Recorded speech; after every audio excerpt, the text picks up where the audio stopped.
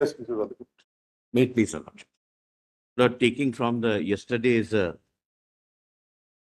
my lords. One minute. Lord, yesterday Justice Narasimha was I am asking. answering. That's it. Pardon? I've seen the rule. Yes, but it is there, my lords.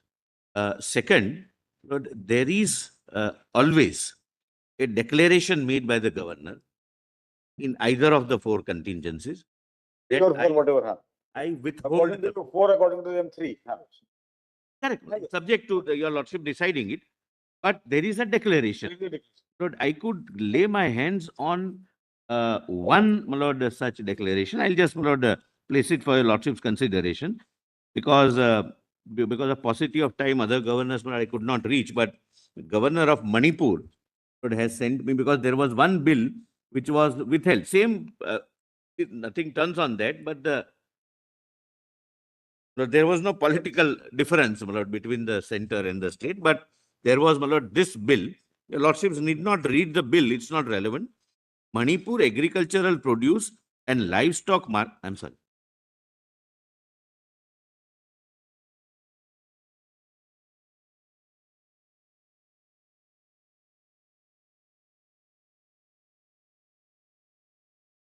I withhold assent from this bill. Agricultural produce, livestock marketing, so and so. My lord, the reasons are given in the file notings. And there are also exchange of letters, calling the chief minister, calling for some details, etc., etc. But ultimately, my lord, then governor says, I withhold assent from this bill. There is a declaration, just to answer your lordship's question, my lord. Second, my lord, I'm told that so far as the number of the act is concerned, if it is returned under the first proviso and sent back with or without modification, if that happens in the same year, then the same number continues.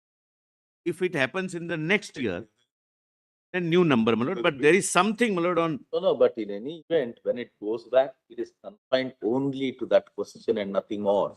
My lord, So the House will deliberate on the question that governor has asked the My lords. court to the House to reconsider, be confined to that and then return back. And in fact, many assemblies have made rules saying that there shall not be any other discussion. Even Parliament has that rule. I'm sorry, my lord, Lok Sabha, Rule 132. I'll just read, my lord, and then I'll take my written submissions further.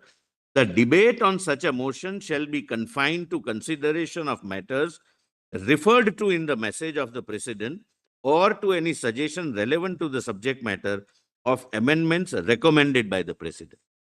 So, remember, Arabia also talks a little bit. yeah, yes, my lord, we could find out, my lord, some legislative, but the position is virtually same, my lord. Ahead of Yes. We as lawyers seem to think that, No, your lordships are far ahead. Your lordships have. saying the assemblies. No, my lord, constitutional framers were far ahead of us. They could foresight, my lord, their foresight was, my lord, salutary.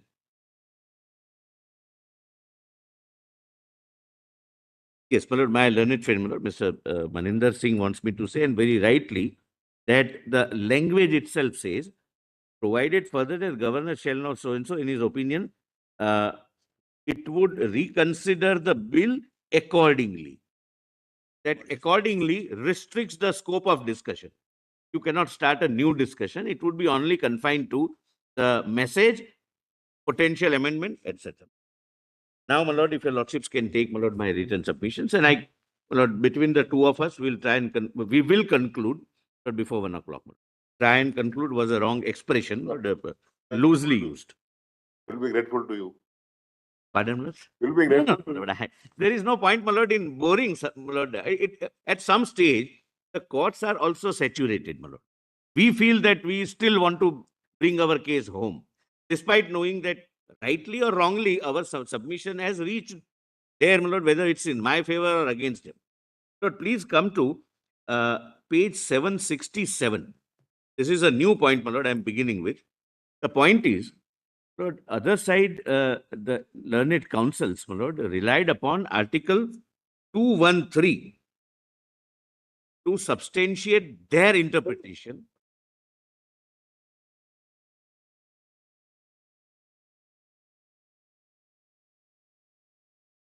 767. 767, my lord. Para 49.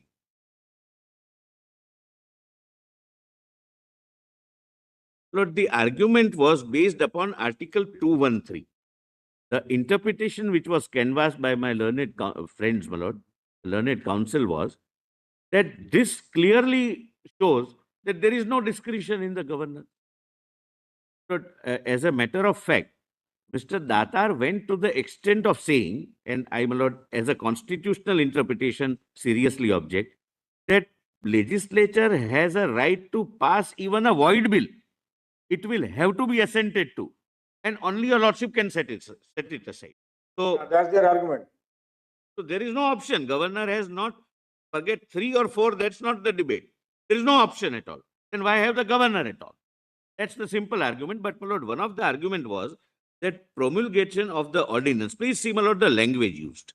I'll read, my lord, whatever is necessary, and I'll skip what is, my lord, already either orally paraphrased or earlier argued. If at any time except when the legislative assembly of a state is in session. So if the assembly is in session, no ordinance can be issued. Simple. Or where there is a legislative council in a state, except when both houses of the legislature are in session, the governor is satisfied that circumstances exist which render it necessary for him to take immediate action. He may promulgate such ordinance as the circumstances appear to him to require. But I am not saying that read discretion here. It has to be his discretion. There is no doubt about it, but that's not my submission. That's not the only submission. No, but Provided that. his satisfaction or the satisfaction rendered on the basis of the aid and advice of the Council of Ministers. Therefore, I am saying it is not, my lord, my submission that it is his. Normally, the ordinance making power is of the executive. I am not disputing that. Therefore, I said that that's not my submission. I preempted, my lord, that it has to be as per aid and advice. But there is a discretion even after aid and advice. That is what I want to show. Provided that the governor shall not, the constitutional prohibition, without instructions from the president, promulgate any such ordinance if, kindly come directly to B. Lord, please read A first, my lord, so that it can be read in context. A bill containing same provisions could, under this constitution, have required the previous sanction of the president for introduction thereof into the legislature, like Article 30, 31, etc., etc., my lord. B is very relevant, my lords. He would have deemed it necessary to reserve a bill containing the same provisions for the consideration of the president. If it would have been a bill, he would have considered it necessary, despite aid and advice given to him by the Council of Ministers, that no, this needs reference to the president. I must refer it to the president for his assent. Now, please see, my lord, see, an act of legislature of a state containing the same provisions would, under this constitution, have been invalid unless, having been reserved for the consideration of the president, it had received the assent of the president. So, like Article 254, 254.2, the repugnancy. There is a repugnancy. So here, my lord, it makes it very clear that the framers of the constitution says that in the first part, yes, you will act as per aid and advice, as my lord, the Chief Justice very rightly pointed out, but he shall not do it. The contingencies, and one of the contingencies be, he would have deemed it necessary. When the bill comes to him, he would have deemed it necessary to reserve the bill containing the same provision for consideration of the president. In that case, he needs prior instruction from the president in case of an ordinance. Now, please come to para 51. It may be pointed out that Article 213, page 767, para 41, 51. It may be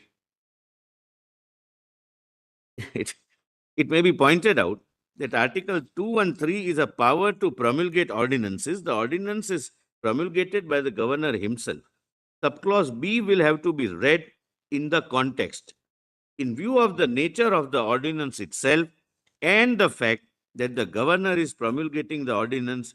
The question for the grant of assent, first option under Article 200, will not arise, because ordinance, there is no question of granting assent. He himself is promulgating the ordinance. Similarly, second option of withholding under Article 200 will also not arise. The assembly not being in session is the precondition for exercising the power of promulgation, and therefore option of returning would not arise. Thus, there is only one option for the governor out of the four options mentioned in Article 200, and that is referring the bill for the president's assent. Now, my lord, this provision came in for consideration before a 7-judge bench of this honorable court, my lord, which was not cited till date, my lord, because this Article 213 argument came, my lord, orally in the and in written submissions also in the reply. Therefore, I am, my lord, respectfully urging the counter. I'm not in rejoinder. This is how the central government interprets the constitution. Please come to, my lord, Krishna Kumar 768. In Krishna Kumar Singh versus State of Bihar, a 7-judge bench of this court held as under. My lord, then 231 is quoted. I'm skipping that. The first of the above condition arises in a situation such as the proviso to Article 304B of the Constitution. Under Article 304B, legislature of a state is permitted to impose reasonable restrictions in the public interest on the freedom of trade, commerce, or intercourse with or within the state, notwithstanding anything in Article 301 or 303. The proviso requires the previous sanction of the President before a bill or amendment for the purpose of Clause B can be introduced in the state legislature. An illustration of second requirement, that is point 2 above, my lord, point 2 where B, my lord, is provided by Article 200 of the Constitution, under which the governor is required to reserve for consideration of the President any bill which, in his opinion, would, if it were to become a law, derogate from the powers of the High Court so as to endanger the position which it is designed to fulfill by the Constitution. Situations where the assent of the President is required, and point 3 above, are illustrated, my lord, 254, etc., my lord, where he will have to refer it to the President. There is a clear repugnancy, my lord. That's what the court said.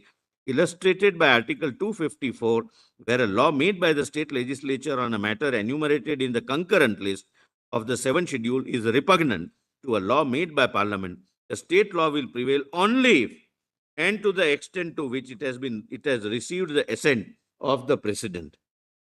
These three situations make it abundantly clear that while exercising the power to promulgate an ordinance, the governor is not liberated from the limitations to which the lawmaking power of the state legislature is subject. So, my lord, as a matter of fact, Article 213 aids my interpretation that despite there being contrary aid and advice, the governor has the room for discretion. So that's the respectful submission supported by, my lord, a 7-judge bench judgment, my lord. And I have, my lord, now given the contingencies for such reservation over and above the express clauses under the Constitution cannot be illustrated exhaustively, but may depend on the following factors. Lord, please pause here for a minute. My lord, I have cited in my initial respectful submissions and even during these submissions that there are judgments which says that irrespective of constitutional provisions, there are discretions available, calling the minister, calling someone to form the ministry, etc., etc. Lord, in none of those cases, in all those cases, the Supreme Court was very clear that these are only illustrative and not exhaustive. Because the Supreme Court was very clear in my submission that there may be circumstances which may arise in future where, other than the illustrations which we give, The governor may have to exercise his discretion. I'll come to that. But I have given, my lord, the broad parameters within which, my lord, he will have this discretion, where the bill is capable of subverting the constitution. Nobody can dispute this, my lord. Where the bill is undermining the constitution, where the bill erodes the principles of democracy, where the bill is of such a character that it has a national implication. Lord, therefore, my lord, I have gave an example of Punjab water dispute. Lord, 4 states involved: Punjab, Haryana, Rajasthan, Delhi. There was an international treaty with Pakistan. And one assembly said that we revoke the agreement entered into. And, my lord, now we are faced with an argument that you have no option. Even a void bill, you will have to grant assent to.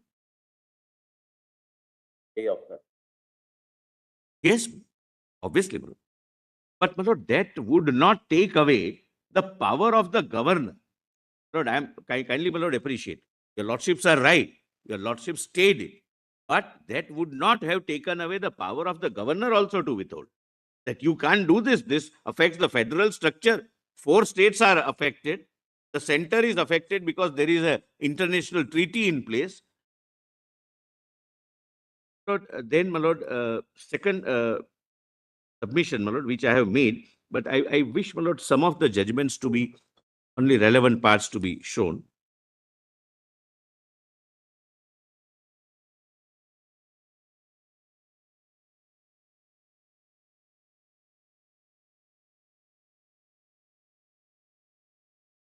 Lord, I gave certain examples, my lord. That suppose the assembly passes a law that we will have a separate force. They may not term it as an army. That would protect the borders of my state, for example. Or a person belonging to a particular community will not be permitted to have any trade and business. These are extreme examples. Now, my lord, this section of my written submission deals with, and in past also, Supreme Court has dealt with extreme examples while interpreting Constitution of India. Because what your lordship decides today will be the foundation as to how the country will govern, number one. Number two, the Constitution will have to be interpreted with the harshest of the examples because it will have to withstand the test. There are many acts which are passed today which possibly would not have been contemplated, my lord, 70 years back. Now, please see, my lord, I have given the example of Lord Nani Palkiwala giving extreme examples that somebody surrenders the sovereignty, takes away the right to vote from a particular class of persons, or confers right only to a particular class of persons. Somebody say, my lord, some government come out with a say, as a my lord, cheap publicity gimmick, that we will not tax anyone except some industrialist. These are not, my lord, these are, my lord, possible potential examples. Supreme Court has examined extreme situations. Please come to page 771. Lord, in Keshwanand Bharati, only I'll read the highlighted part.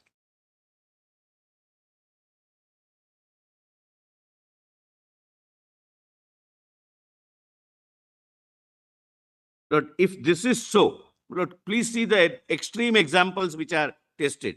If this is so, a political party with a 2/3 majority in parliament for 4 years could so amend the constitution as to debar any other party from functioning, establish totalitarianism, enslave the people, and after having effected those purposes, make the constitution unamendable or extremely rigid.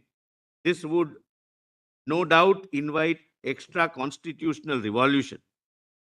They have considered that if we interpret it in a particular manner, this kind of bills also can be passed. Mr. Palkiwala gave an example that suppose Article 368 is amended, conferring power to amend on the executive, that henceforth the government will amend the Because constitution. these observations Yes. are in response to the argument that the parliament's powers to amend the constitution are unbridled. So, rejecting that argument, these observations have been made. Sorry, I'm saying the same thing. I'm unable to convey it the way, my lord, your lordships have very pithily conveyed. What I'm saying is that while answering the proposition that we have unbridled power, the court has examined and conceived extreme situations, that we have to keep these situations in mind, that if we allow Your submission is that while interpreting these provisions, also have to take into consideration the extreme situations that may arise in, I have brought my point. arise in future. Yeah, I have brought Therefore, my, we have to be cautious while Yes. holding whatever we are proposing to hold. my lord, only, I'm not, my lord, then reading rest, but my lord, one judgment, my lord, which I found it interesting, is again, my lord, 7-judge bench, State of Rajasthan versus Union of India. The lordships were shown in a different context. Here, lord, the example which was given was that this was a case of 356, my lord, President's rule. Janta government, my lord, my lord, dismissed all Congress governments in the state. And that was under challenge, and my lord, not all, 7, my learned friend is right, 7 state governments in the state, in different states. And the question was, what can be the judicial review of 356? So 356 is an executive power. It's not a legislative power. That's a separate thing, unlike Article 200. The court says that we will examine only if there are certain exceptional circumstances. And one of the example, your lordship may come to para 773. Another extreme example, but an interesting extreme example. Page 773, my lord, the highlighted part. Lord, take for example, if your lordship, my lord, can come to that. What is examining the justiciability or power of judicial review or the restrictions thereof? Take for example, a case where, I'm sorry, my lord, the lordship gets, my lord. Somewhere, my lord, the highlighted part, 5th, 7th line from the top, last word is take. Take for example, your lordship gets, my lord. Take for example, a case where the president gives the reason for taking action under Article 256 and 356 and says that he is doing so because the chief minister of the state is below 5 feet in height, and therefore, in his opinion, a situation has arisen, then we can interfere, etc., etc. This one is very reasonableness. Point is, there can be extreme, there will have to be extreme examples on which you test the Not constitution. taking this point, it's an age-old technique to test the correctness of a proposition, to examine the extreme situation. It's an age-old technique, it is nothing new. Correct, correct. You take Lord, this point, you can go ahead. yes, my lord. 776, my lord, I have seen withholding as a separate option, my lord. And I'll just, Well, your proposition is that while interpreting the provisions of 200 and 201, Yes. we'll have to take into consideration the extreme situations that may arise. arise. And therefore, we have a cautious approach. No, For the governor to consider that. no, my lord. For the governor, yes. Therefore, withholding can be an option. Therefore, withholding is an option to be used rarely, my lord. I cannot, my lord, argue that he can use it wherever he feels. But something so shockingly unconstitutional, something so, suppose some legislative assembly passes a bill that henceforth we will not be a part of Union of India. Would he, my lord, return it? Would he grant assent? Would he refer it to the president? The only thing which can be done is to withhold the assent. Therefore, I said, my lord, I'm not repeating it, that there are only 20 instances, my lord, in last 50 years. Now, Lord, withhold is a separate, my lord, action, a separate independent option. I have already argued it, but my lord, I was just trying to assist your lordships on the question, what is the meaning of the word falls through? What is the consequence of withholding of the assent? Lord, falls through, as my Lord Justice Narasimha, my Lord, pointed out, that it's not a constitutional term. It's not a term used. Lord, Constitution uses the term lapsing. But lapsing is a separate phenomenon. Lord, suppose a bill is moved, but the assembly is dissolved, etc., then the bill lapses. But withholding, every judgment of the Supreme Court uses the word, in case the governor withholds the bill, it falls through. So from where? We were, my lord, searching, from where the Honorable Supreme Court got these words. I'm not reading it, but please see wherever amendments were moved and were not accepted. The Constituent Assembly debate says that this amendment is not accepted. Please come to 778. I'm not reading it. 778. 778. Eight. Therefore, my lord, from the beginning of the conceiving of the Constitution, the word falls through is But that it like dies. yesterday you said then they were put before the Constituent Assembly and the Constituent Assembly did not approve of them. So therefore it fell through. Governor, my lord, withholds it. Therefore, if the Can word, you equate the governor with the Constituent Assembly? but I'm sorry, my lord, and that's not the comparison I'm making even remotely. Lord, that's not my submission. Lord, my submission, I'm sorry, my lord, there is some limitation. I'm unable to communicate properly. My submission is where the word falls through. The origin of false truth. Comes from. The origin of false truth. Origin of false truth. Origin of falls through, Is the falls Constituent through, Assembly dependent. falls through means dies. Amendment not accepted, it dies. From this, my lord, every judgment of the Supreme Court, larger bench judgments, says in the context of withholding that if it is withheld, the bill falls through, meaning thereby it dies. That's the only limited purpose. Unless. So that I have already, my lord, I don't Constitutional my lord, proviso is followed. re-repeat it, my lord, I have already, my lord, argued that, my lord, then the chart is given. Unless, my lord, I don't think, my lord, I'll take that, my lord, further. If my lordship permit me, my lords, my learned friend gave this sheet to your lordships, which is said withheld. So it falls through, but it was passed. Huh? This very bill was passed. Governor's assent was given. According to my learned, After sending it back to yes, the. yes, his government has given. According to him, the moment he withholds intent, it falls through, contrary to my lord's own action. No, no, my lord, This I do was not know passed, from note where the he date. gets it. Assent given on 26 to 21, became an act 15 of 2021. Anyway, I'm sorry to it. Lord, this is a reference made by the President of India. It is not necessary that one party will only appoint the governors. The argument from the other side is that perennially we will never have our governors. Let's not, my lord, go into that. My lord, here I'm not going into this question. My lord, here what happened was, let me tell you. The Constituent Assembly was considering the kind of governors, the expectation that the framers of the Constitution had was that it would be an existence in harmony. Normally, while appointing the governors, the provincial governments would be taken on board. That was the Lords, expectation that my time. lords, the system has functioned with harmony. This has a recently started phenomena with Delhi government. Something happens 32, something happens 32. Otherwise, my lord, there are several governments, my lord. Communist government, Congress government, Congress in center, BJP government in state. Did your lordships get 32 petitions? They were being taken care of. And what my learned friend is, my lord, possibly assisted wrongly is this bill was withheld and therefore it fell through. Thereafter, in 2021, some new bill was introduced. It cannot be this bill, my lord, after follow. Sibbal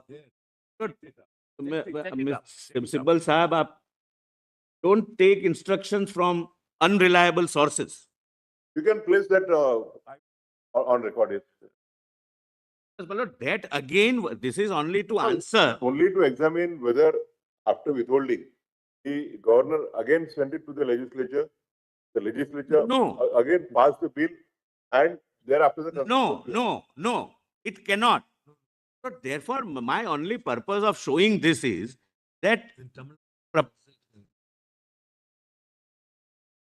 May I say this, Lord? Lordship permits. he's In Tamil obsessed Nadu, with Tamil Nadu. I case, understand, my lord. 10 bills, my lord, were sent as withheld. Again, my lord, it was reconsidered and sent. And that is how, my lord, the court said, second time when it is reconsidered. We are not going on the facts. Mr. Wilson, why are you unnecessarily?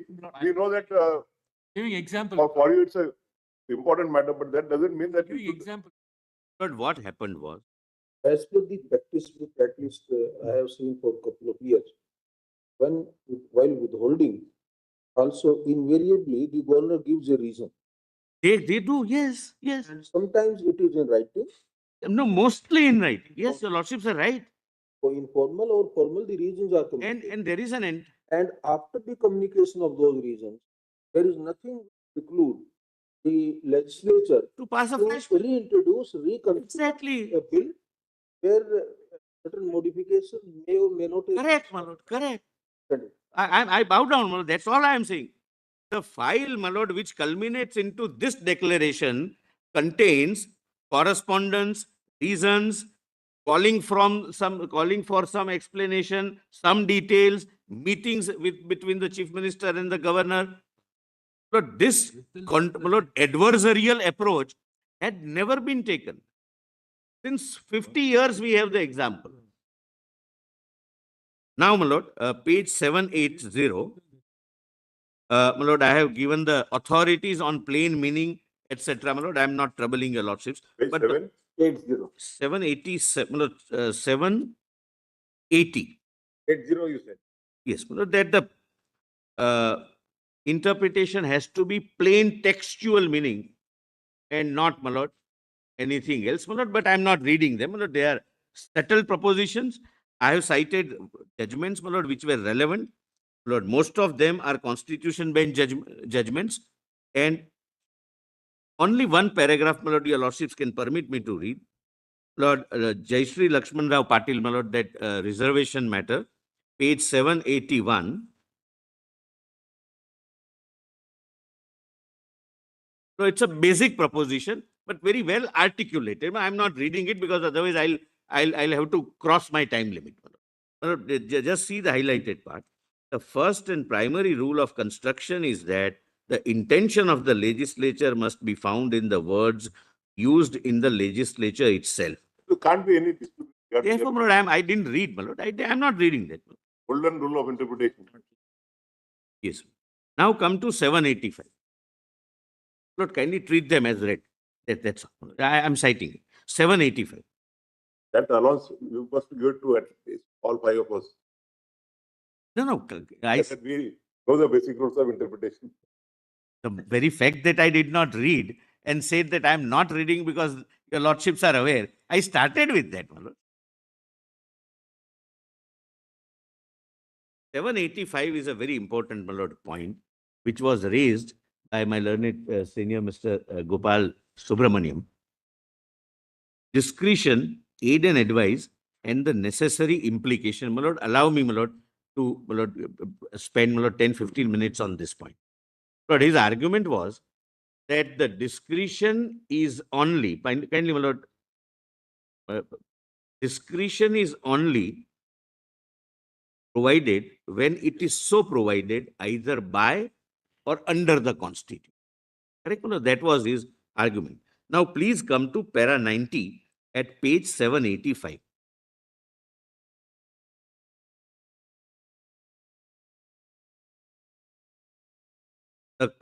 So, therefore, my lord, the argument was that wherever either by or under discretion is not conferred, discretion does not exist. Correct? My lord, that was the submission. And very well articulated, my lord. My lord, para 90. The Constitution confers certain discretionary powers expressly. Certain discretionary powers are read as implied either because of the nature of the power, the subject matter of the decisions, or the functionary exercising the power. Article 200 is an example of certain implied discretions when the fact situation under which the government is supposed to act, governor is supposed to act, so requires. Even under Article 163, there can be implied discretion not to be guided by aid and advice. This is for the reason that sometimes exercise of power under aid and advice defeats the power itself. So take example of MP, the Special Police Establishment Act. Lord, suppose the chief minister is facing allegation and there is a question of sanction. 197 section or section 17 PC Act or 19 PC Act. he would still, my lord, I'm saying, my lord, as a constitutional principles, I'm not taking an extreme one side view. He would still require, my lord, the guide and advice of the Council of Ministers. But he can still say that, no, this is clearly a biased advice. I'm not bound by it. The council may say that don't grant sanction. And none of these provisions, my lord, the distinction was sought to be drawn that they are statutory provisions. No, the provision for which under which sanction is required, PC Act or Bharatiya Nyaya Sanhita, may be statutory, but his power which he is exercising is under Constitution. Because he is the appointing authority under the Constitution, he decides whether to grant sanction or not. There is nowhere which is mentioned that this would be done in his discretion, but that is by very nature of the power an implied discretionary power. So kindly read it further. It is submitted that, for example, of under the Constitution, by the Constitution there is no dispute, under the Constitution. Discretion is evident in the following. The power to summon assembly does not use the word in his discretion. However, it is recognized that in certain situations, the said power can be exercised in his discretion. He can summon the assembly, my lord, to ask for the floor test, etc. Second, the power to order a floor test does not use the word in his discretion. However, it recognizes that in certain situations, the said power can be exercised in his discretion. The power under the second proviso to Article 200 does not use the word in his discretion. However, it is recognized that in certain situations, the said power can be exercised in his discretion. Lord, the power to grant sanction against the chief minister or ministers does not, I have not already pointed out. Then 356, it doesn't say in his discretion, but the nature of the power is such. He would never get advice from the Council of Ministers that you report under 356. So, my lord, to say that it has to be either by the Constitution or under the Constitution, but would be a wrong constitutional interpretation. Lord, for which, my lord, for example, Lord, my lord, MP Madhya Pradesh Assembly, my lord, Shivraj Singh Chauhan, my lord, when this issue, my lord, came, Lord, this honorable court has said that this has to be done as per the discretion of the governor. Whom to call, when to summon the legislative assembly, floor test, etc., etc. They are neither by or under the Constitution. The discretion is not by or under the Constitution. It is read as an implied power because of the very nature of the power. Then, my lord, kindly come to 95. And my lord, this again, my lord, I have, my lord, raised a very serious concern. I'll not say objection. How you selectively place the judgments before the court. This was done before the division bench in Tamil Nadu case and unfortunately repeated before your lordship. Despite my pointing out that two paras are not read before the division bench and therefore the division two-judge bench. That's nothing new in the Supreme. Pardon? That's nothing new in the Supreme Court. Their lordships. Not only paras, but even the sentences are selectively read here. Some words are not read. That's anyway, my lord. Lord, please see Nabam Rabia. Para 95. My lord, kindly allow me to read 95.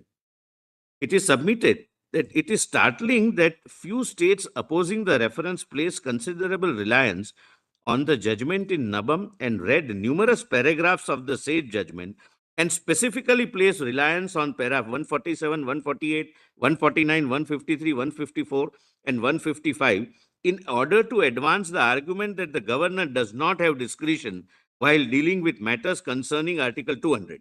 The said portions of the judgment were also relied upon in order to interpret Article 163, subclause 2.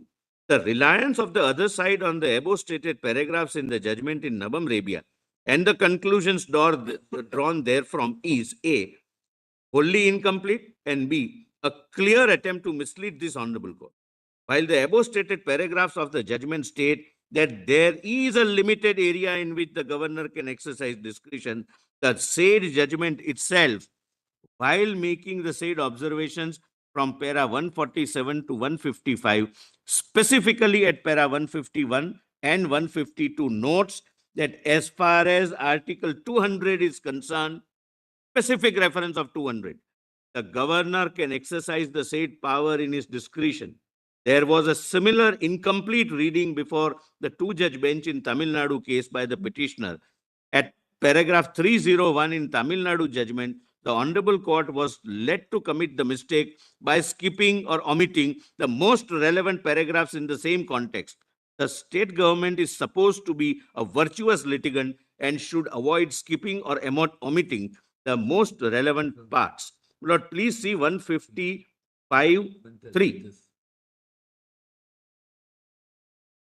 So that specifically at paragraph 151 Yes, and 152, where are those paragraphs?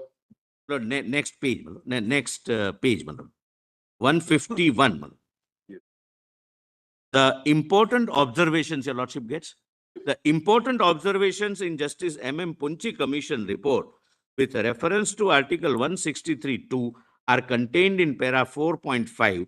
A relevant extract of the same is reproduced below, and thereafter please see the bold part. But the entire thing, my lord, is dealt with, but for paucity of time, I am reading bold part. The governor's discretionary power are the following: to give assent or withhold or refer a bill for presidential assent under Article 200, the appointment of the chief minister, etc., etc. We are of the considered view that the inferences drawn in Justice M.M. Panchi Commission report extracted above are in consonance with the scheme of functions and powers assigned to the governor with reference to the executive and legislative functioning of the state, and more particularly with reference to the interpretation of Article 163. We endorse and adopt the same as a correct expression of the constitutional interpretation. My lord, if your lordship would, my lord, kindly note, I don't wish to read. That sentence is preceded by an observation that the governor's powers are not unlimited, but restricted. Again, my lord, I'm sorry. So you want to refer to this, that there is a specific reference to Article 200. 200, specific reference to discretion, the constitution power to withhold. There is a specific reference, and the court says that we endorse this view. This was not read, and if your lordship were to read para 301 of Tamil Nadu, my lord, this is not placed before the court, and here also it was not placed. Trying to take us to that judgment. Pardon, lord? Is the relevant portions of the Nabam. That's this Navamun. No, I know. No, I'm sorry, man. Navam Rebia doesn't say no, there's a no, power no, to no, withhold. no, Navam Rebia does not say that there's a power to withhold. no, Naman please, Rebia is not dealing with 200. Please, sir, why are you Say agitated? that. I'm Don't say making Naman a Rebia says there's a power to constitutional withhold. interpretation. You are unnecessarily. You are saying Naman Rebia says there's a power to withhold. No, I this Naman Lord, I'll Rebia not does enter not say into that. this tutu meme. You are doing. Making, my lord, a constitutional interpretation. My lord, it may not be suitable to their interpretation, my lord. You made May a not statement suit. which is wrong. 1, 2, 4. Anyway, my lord, I'm not. Anyway, Mr. Solicitor, the entire judgments are on record. Your lordships may. All the judgments are. And Your lordships. when I came here in 2019, it was difficult to cope up with the speed of the lawyers. From first line of the judgment, they would read to the 10th line, from 10th line to 20th line. And we had to read the judgment, entire judgments at home. This is nothing new here. It's a Well used. we are very well we are used Clear to. method. Then for the appellant, take the court to judgment This one after out. judgment after judgment. With an exception of the. I read it. Read this paragraph also. Read entirety of judgments and then moved on till the other side. Nowadays. only Huh, court your said, lordship, court- correct. court said- With, But both in sides. this case, I read it, With- with saying with that an it was not read before the. with an exception of system Justice that you have- Narasimha, all four of us must have found it very difficult in the beginning to adapt to the 5 of us. practices here. My lord, your lordships can say on this side. My we also. my brother, Justice Azurkar must be yet Lord, I have also come to this. from first line, somebody would go directly to the 10th line of the judgment, from 10th line to 15th, from 15th And I to think 20th, practice- and we are lost. all the high court says, first paragraph containing the facts will always be read. So as to understand. the Understand in context. what context the observations are made. Need to understand the But context. my lord, just my lord, to When- be clear on my part, when I started with this matter, my lord, I did. We are not on Yes, individuals. We are your not lordships individual. are. Practice, Only practice. Let us leave it at that. Let us leave it at that. Now, my lord, next question. So next generation, we should make them clear that they should not adopt this technique of reading. Yes, Maybe because of time your lordships constraints are or- absolutely right. Absolutely right. Go back to the. and multiple variables. But in Samsher Singh, there was another, my lord, thing. Justice Krishna Iyer's judgment was read as concurring judgment. I must say, Justice Krishna Iyer does say it's a concurring judgment, but it is partly a dissenting judgment or a minority judgment. But this happens, my lord, many a times, my lord, that broadly the judge, the learned judge says that, my lord, once I had that experience, my lord, in a very sensitive case where me and Mr. Sibal were on the same side, when the pronouncement started that the bench is broadly in agreement, and I lost 2 heartbeats. And thereafter, I realized that it was 3 versus 2. So sometimes, my lord, that happens.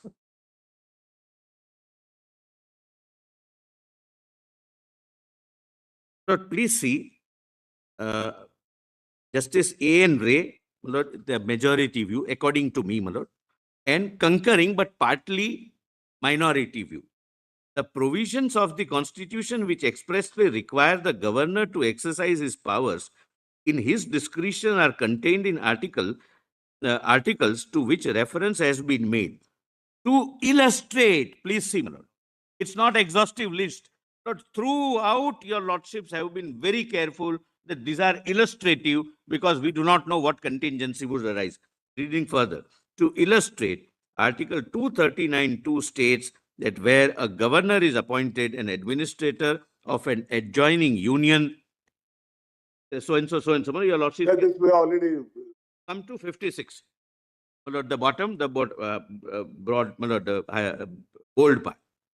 Similarly, Article 200 indicates another instance where the governor may act irrespective of any advice from Council of Ministers. In such matters where the governor is to exercise his discretion, he must discharge his duties to the best of his judgment. The governor is required to pursue such course which are not detrimental to the state. Now, my lord, come to Justice Krishna Iyer's judgment. Here, my lord, I may be pardoned, my lord, if I skip some words, because I may not be able to pronounce many of them. Because of language issue, my lord, not for any other reason. Kindly see, my lord, from the beginning and then the highlighted part.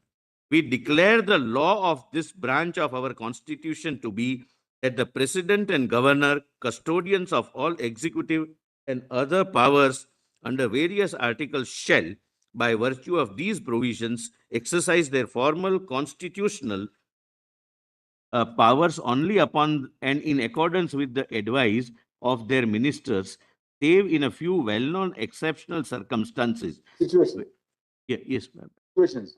Situations, without being dogmatic or exhaustive. Then again, my lord, Justice Krishna here also says that this is not exhaustive. These are illustrative. Please, my never lord, be exhaustive. It can never be exhaustive. cannot be. They other side, my lord, Mr. Other side, my lord. They also did not say it is exhaustive. They only said that wherever the certain provisions of the Constitution, either directly or by implication, have provided for discretion, there only the governor can exercise the discretion. The power under 163 does not fetter him with an unfettered discretion. And that also appears to be from Dr. Ambedkar's speech. But Dr. Ambedkar said that it is too premature to argue to dilate on that point, because hereinafter we'll be considering the provisions wherever discretion is vested with the governor. And maybe we can take this article for reconsideration after that, but somehow it never fell for reconsideration. I'm not, your lordships are right. But why I am emphasizing this is this. The state of Karnataka's written submission as well as oral submissions, written submission para 21 specifically says that only, my lord, I'll just read, it's a short para from the written submissions, your lordship need not open. Thus, the governor is bound by ministerial advice in the discharge of his functions. Article 163 requires the governor to act in his discretion by or under the constitution only, bold, underline. In the following circumstances, then articles are quoted. And, my lord, it must have missed their attention, my lord, I believe. Article 164 and 174 not quoted. Summoning of the assembly, calling upon the chief minister to prove his flow, not quoted. Because they say that only where it is provided under the constitution, there is a discretion. So therefore, my lord, they treat these instances as exhaustive. I'll complete this. My lord, please see, my lord, Justice Krishna Iyer's minority view, my lord, though which his lordship says it's a concurring view, but this part, my lord, is not in tune with the majority. We have no doubt that the Smith's statement, so and so, regarding royal assent holds good for the president and governor in India. This is contrary to the majority view. A refusal of the royal assent on the ground that the monarchy strongly disapproved of a bill or that it was intensely controversial would nevertheless be unconstitutional. The only circumstances in which the withholding of the royal assent might be justifiable would be if the government itself were to advise such a course, a highly improbable contingency or possibility, or possibility, or possibly if it was notorious that the bill had been passed in disregard to mandatory procedural requirements. But since the government in the latter situation would be of the opinion that the deviation would not affect the validity of the measure once it had been assented to, prudence would suggest the giving of the assent. But this is not what the majority has said. In what I have quoted, my lord, in para 54 to 55, 56. This part is a discordant note by Justice Krishna. That's all. Now, my lords, may kindly come to Lord. Lord, I have already told you, my lord, assisted your lordships by saying that all judgments which I have quoted here say that these are illustrative and not exhaustive, which were read, sought to be read as exhaustive. So I'm not, my lord, going into it.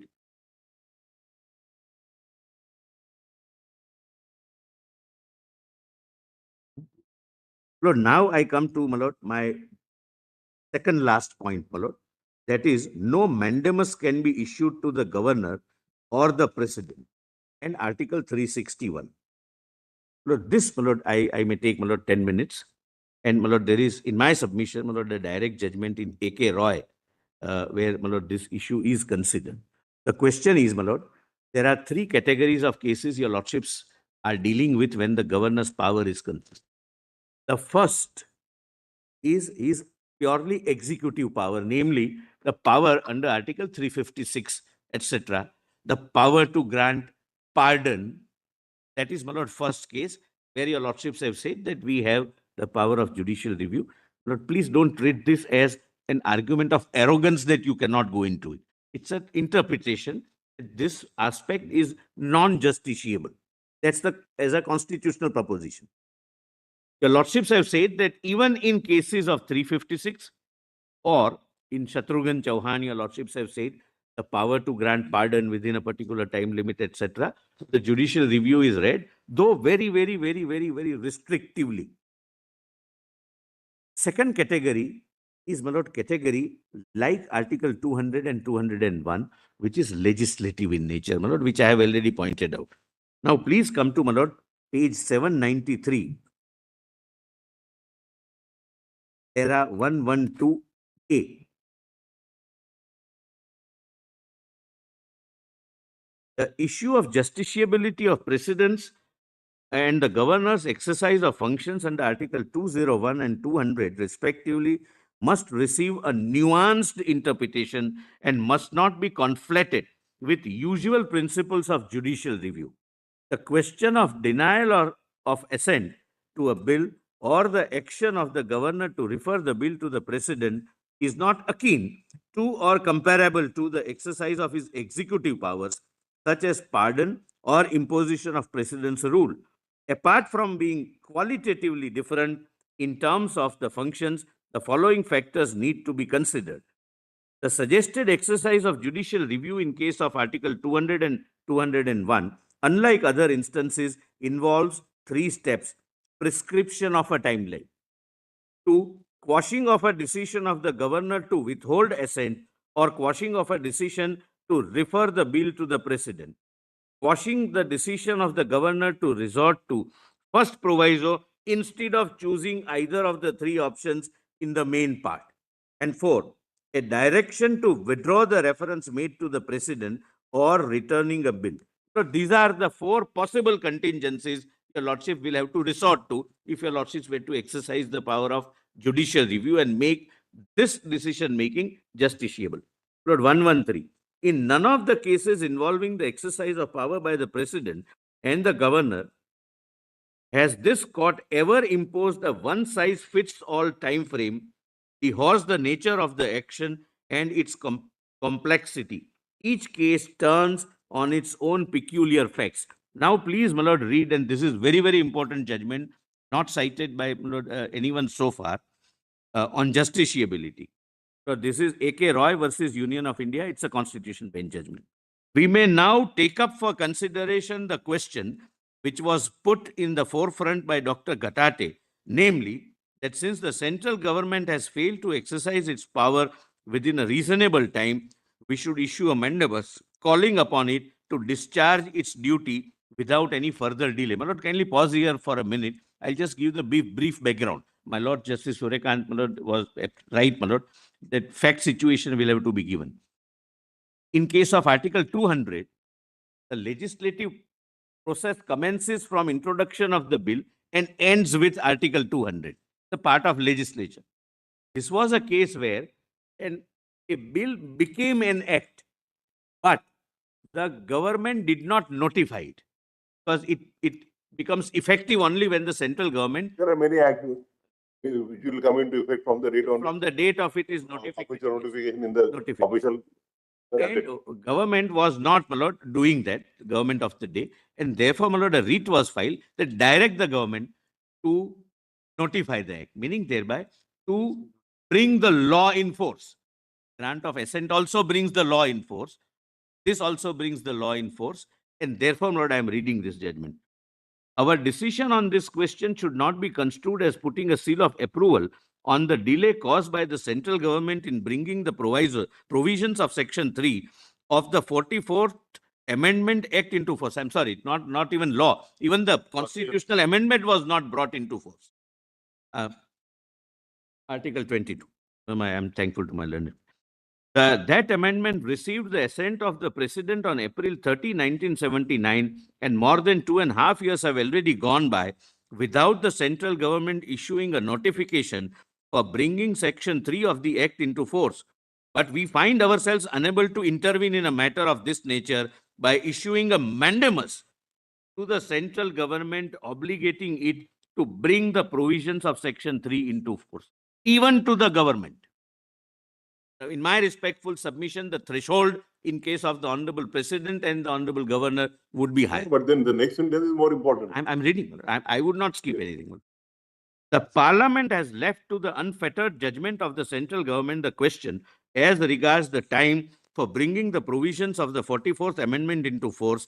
It is not for the court to compel the government to do that, which, according to the mandate of the Parliament, lies in its discretion to do when it considers it opportune to do. The executive is responsible to the Parliament, and if the Parliament considers that the executive has betrayed its trust by not bringing any provision of the amendment into force, it can censure the executive. It would be quite anomalous that the inaction of the executive should have the approval of the Parliament, and yet we should show our disapproval of it by issuing a mandamus. The court's power of judicial review in such cases has to be capable of being exercised both, please mark this, positively and negatively. And I'll say, my lord, why I'm requesting your lordships to mark this. If needed, it has that power positively by issuing a mandamus calling upon the government to act and negatively by inhibiting it from acting. You have the power, you have power of both positive as well as negative. If it were permissible to the court to compel the government by a mandamus to bring a constitutional amendment into force on the ground that the government has failed to do what it ought to have done, it would be equally permissible to the court to prevent the government from acting on some such ground as that the time was not yet ripe for issuing the notification for bringing the amendment into force. We quite see that it is difficult to appreciate that practical difficulty can possibly prevent the government from bringing into force the provisions of Section 3 of 44th Amendment after the passage of 2.5 years. But the remedy, according to us, is not the writ of mandamus.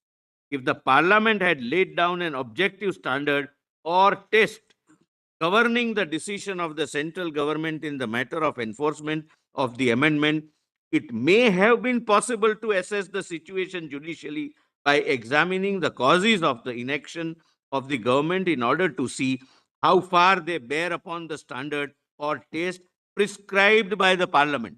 But the Parliament has left the matter to the judgment of the central government without prescribing any objective norms. That makes it difficult for us to substitute our own judgment for that of the government. Government on the question whether Section 3 of the Amendment Act should be brought into force. This is particularly so when the failure of the central government to bring that section into force so far can be no impediment in the way of Parliament in enacting a provision in the National Security Act on the lines of that action. In fact, the ordinance rightly adopted, no, that's on fact. It is for these reasons that we are unable to accept the submission that by issuing a mandamus, the central government must be compelled to bring the provisions of Section 3 of 44th Amendment Act into force.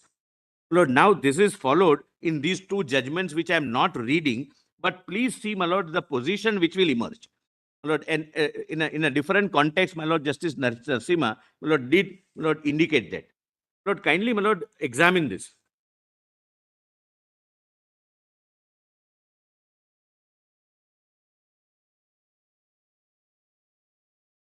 I'm saying it. What means now?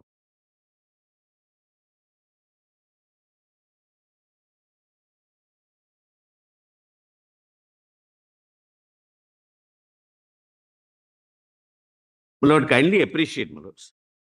And I'm sharing this concern. Using the legislature. No, I'm sorry, my Lord. Yes. What says that if we have the positive power to direct them, we also have, if we have negative power This to has prevent. been- This has been observed while rejecting the prayer for issuance of mandamus. Exactly, that's what I think, my Lord. I'm saying the same thing. I am unable to, my Lord, articulate the way your Lordship, my Lords, are doing it. I'm saying the same thing. That if I have the, And if the, the judgment goes on further to say that if the Parliament had described some objective criteria that, like on happening of such and such thing, the executive may enforce the act, then maybe we would have been justified. See, such and such circumstances exist, and therefore the Parliament should now. I bow down, that's my submission. But since the Parliament has left to the entire, the exclusive discretion of the executive Cannot die. as to when an act Your will be Lordship, enforced sir, or right, not. my Lord, I am respectfully submitting that only. Now, my Lord, visualize the situation. My Lord, the judgment of this court, my Lord, in Tamil Nadu says that if the president doesn't decide within 3 months or the governor doesn't decide within 1 month, you come to us. Correct, my Lords? Now, state comes before your Lordships. The prayer would be direct him to grant an assent. The question is, can that be done, my Lord? Can a writ of mandamus be issued to either the Honorable President or the Governor to grant an assent? But the problem doesn't stop there. Lord, somebody moves an application or files a separate petition that no, prevent the Governor from granting an assent and refer it to the President because there are repugnancies. The two petitions will be listed before your Lordships.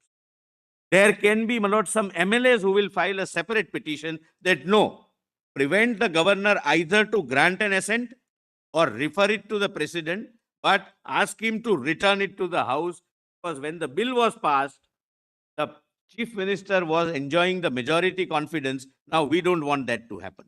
My lord, would your lordships be in a position to substitute what options the governor would exercise? If your lordships have the power of granting a positive mandamus that do something, your lordships can also say that don't refer it to the president, don't return it to the house, don't withhold it.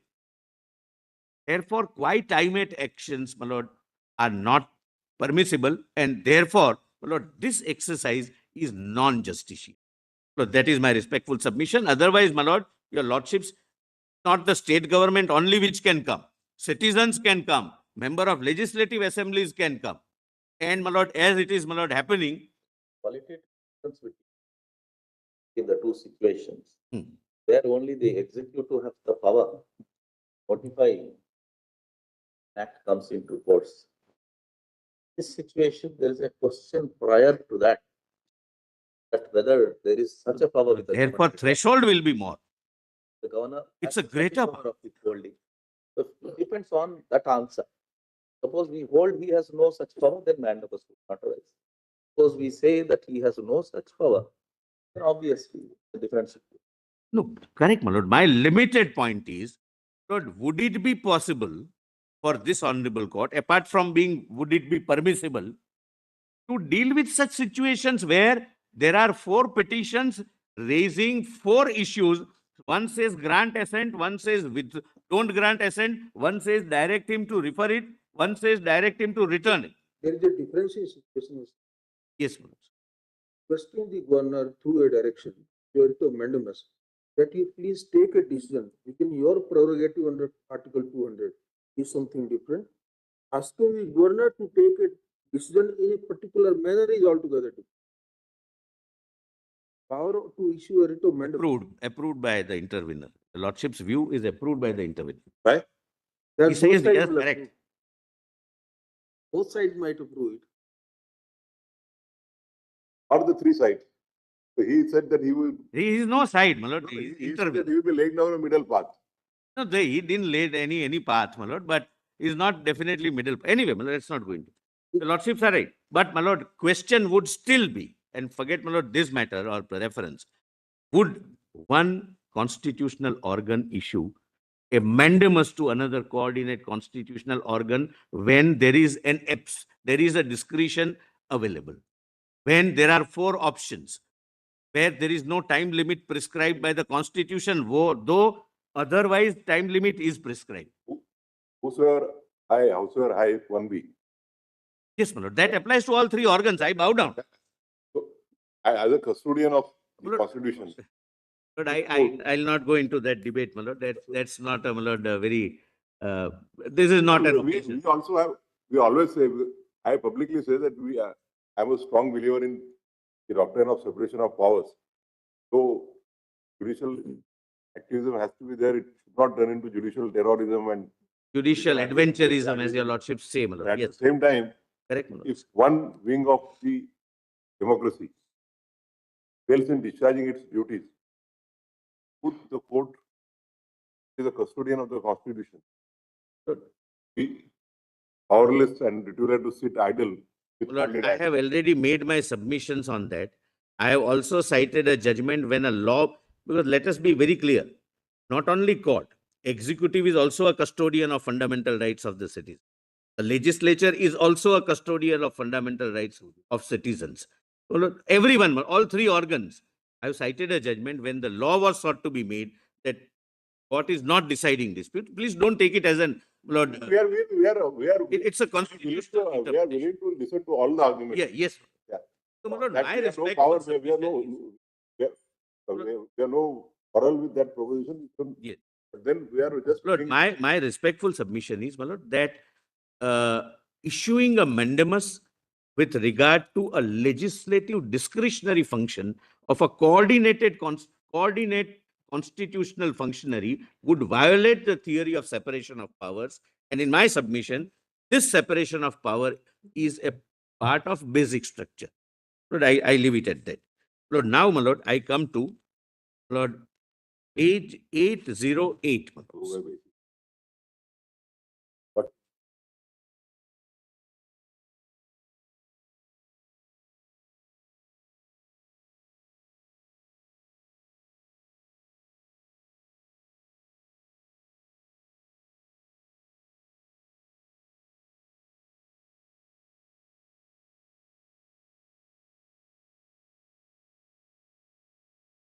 08.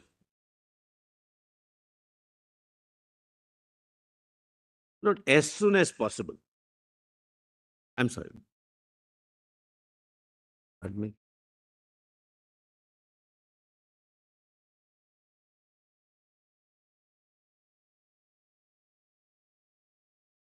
Here, No, as soon as possible. At the outset, my lord, I make it clear. My constitutional interpretation, with whatever limited understanding I have, is that as soon as possible cannot mean endlessly. There is no doubt or dispute about it. For which, my lord, and your lordships very rightly, my lord, prevented me from giving the empirical data. But since last 50 years, assent of 90% plus bills are given in 1 month. Even in case of state of Tamil Nadu, except these two few disputed bills, the assents are given, but at least we have the data from 2005 within 1 month. It cannot be that the governor has a power to sit over the bill endlessly. That's not my respectful submission. Lord, the purpose by which the Constitution uses the expression as soon as possible is, my lord, this. Lord, every bill has its own context-specific issues. Sometimes might need, my lord, consultation and collaborative exercise with the executive. Sometimes, and my lord, your lordships may, with my lord's experience, longer experience both on this side and that side, would, my lord, also appreciate this, my lord.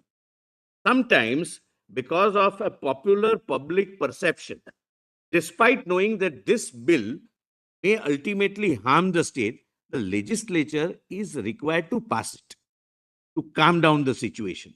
And there are instances, my lord, I don't want to go into the facts, where the executive requests the governor that we have passed it, but you please hold your hands till the matter is cooled down. Sometimes the governor himself may feel that this is something so drastic which is taken because of peculiar fact situation. If I wait for 2 months, maybe the situation might change and I'll be able to persuade the government to either withdraw or to make some suitable modification. So there are large number of such contingencies. And it is that, Lord, constitutional collaboration and consultative process which has worked successfully. Imposing 1 month and 3 months time limit would be self-destructing, apart from being not permissible under the Constitution. That leverage, that discretion shall have to be in the larger interest conferred. While saying that as soon as possible does not mean perennially sitting over the bill or sitting over it for 3 years or 4 years. There may be, my lord, good reasons to wait for 6 months. They are in discussion. Whatever, my lord, I don't want to multiply, my lord, the situations or exigencies. But there can be, my lord, a possibility that this straight jacket timeline, my lord, may not be a permissible, my lord, way of. And, my lord, there are several bills which, by its very nature, is required to be assented to on the next day, by even 1 month or 3 months. So that is, therefore, my lord, the Constitution says as far as possible. As soon as, I'm sorry, not as far as possible, as soon as possible. It was a inadvertent error, my lord. As soon as possible.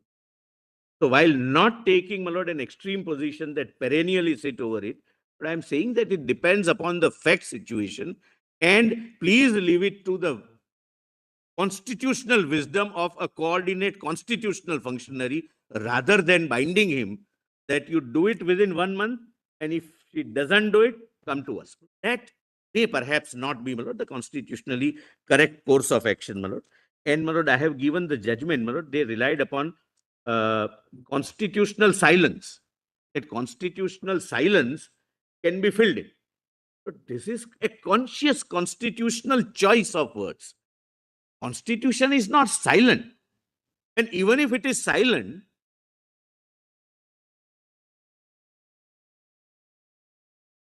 I would, I really, my lord, sometimes feel handicapped, my lord, that why I did not learn the lip reading, my lord.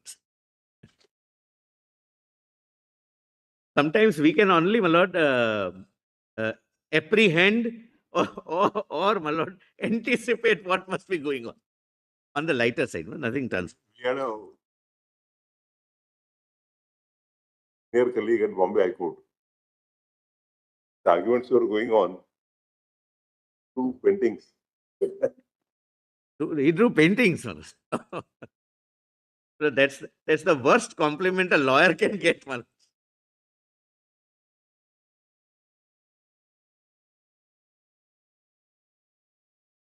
Compliment a lawyer can ever get, that Or a judge. or a judge.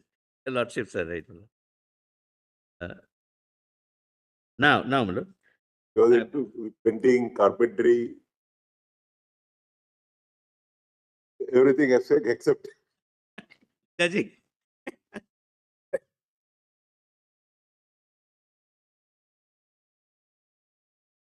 Lord, I'm not reading, my lord, Yes. but this is not a constitutional silence.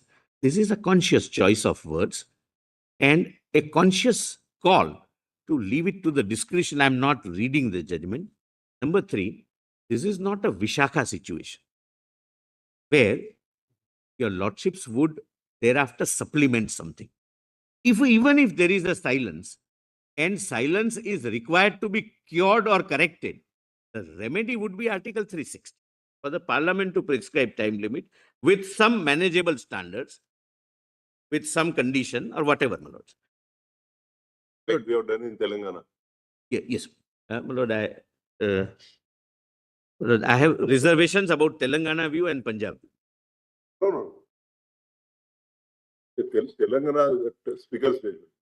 Yes. So that was. It is for the Parliament to decide whether the speaker should be. And another thing, my lord, he's a tribunal. My lord. Suppose some decision is to be taken, my lord. Suppose the governor is also a vice chancellor or chancellor.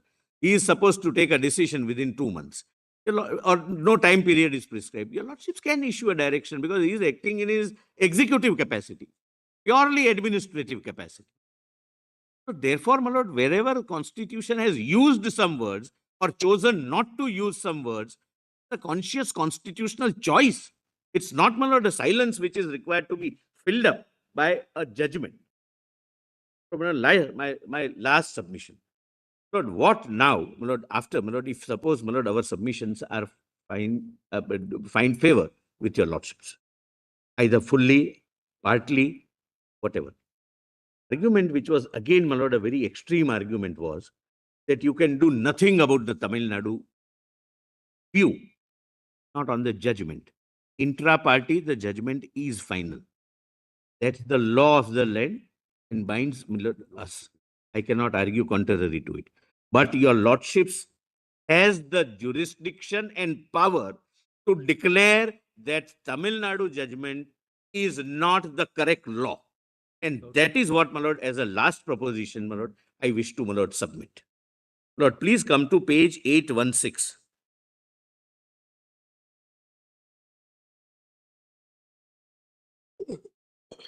Lord, I read it, my lord, but there are 2 or 3 paragraphs and I would wish to, my lord, reread it, my lord. Main emphasis, my lord, your lordship said, 816. So this is a 2G judgment, where your lordships would, my lord, remember, in the questions which were referred by the Honorable President, one of the question was whether this particular judgment of Justice so-and-so and so-and-so is a correct law. The court says intra-party we cannot go. My lord, that background in mind. Para Not part of 45. the reference, Manoj, I don't want to object, but this is not part of the reference. This is nothing to do with the reference. Judgment is not Mr. even referred to in the Tripal Saab, reference. you I'm please just- take instructions. Part of the reference, that's all.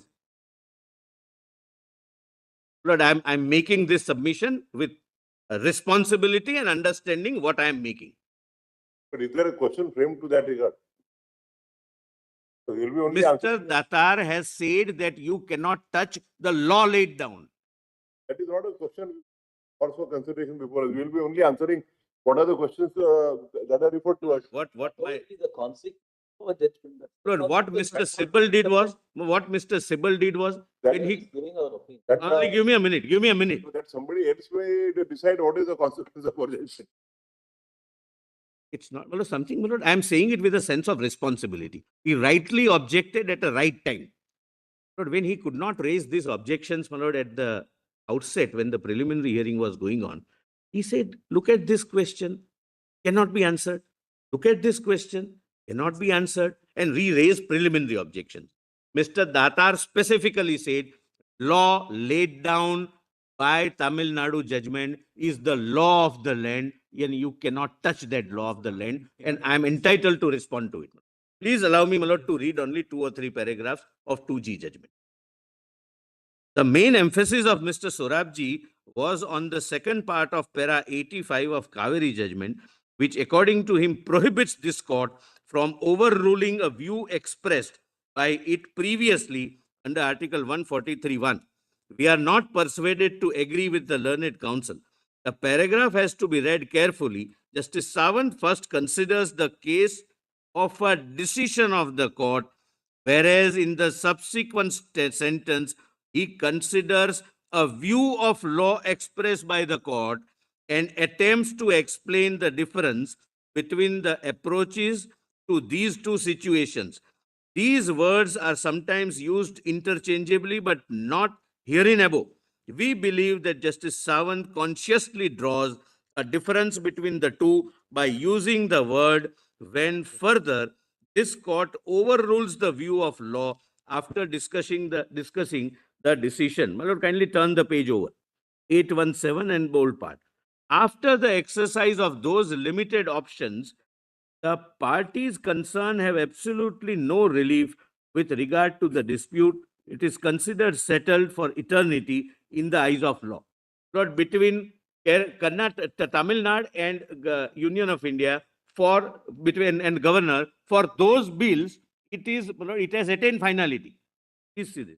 However, what is not eternal and still malleable in the eyes of law is the opinion or view of law pronounced by the court of reaching the decision.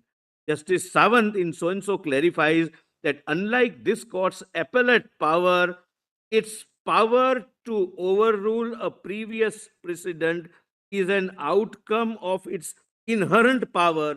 When he says, then, my lord, it is quoted.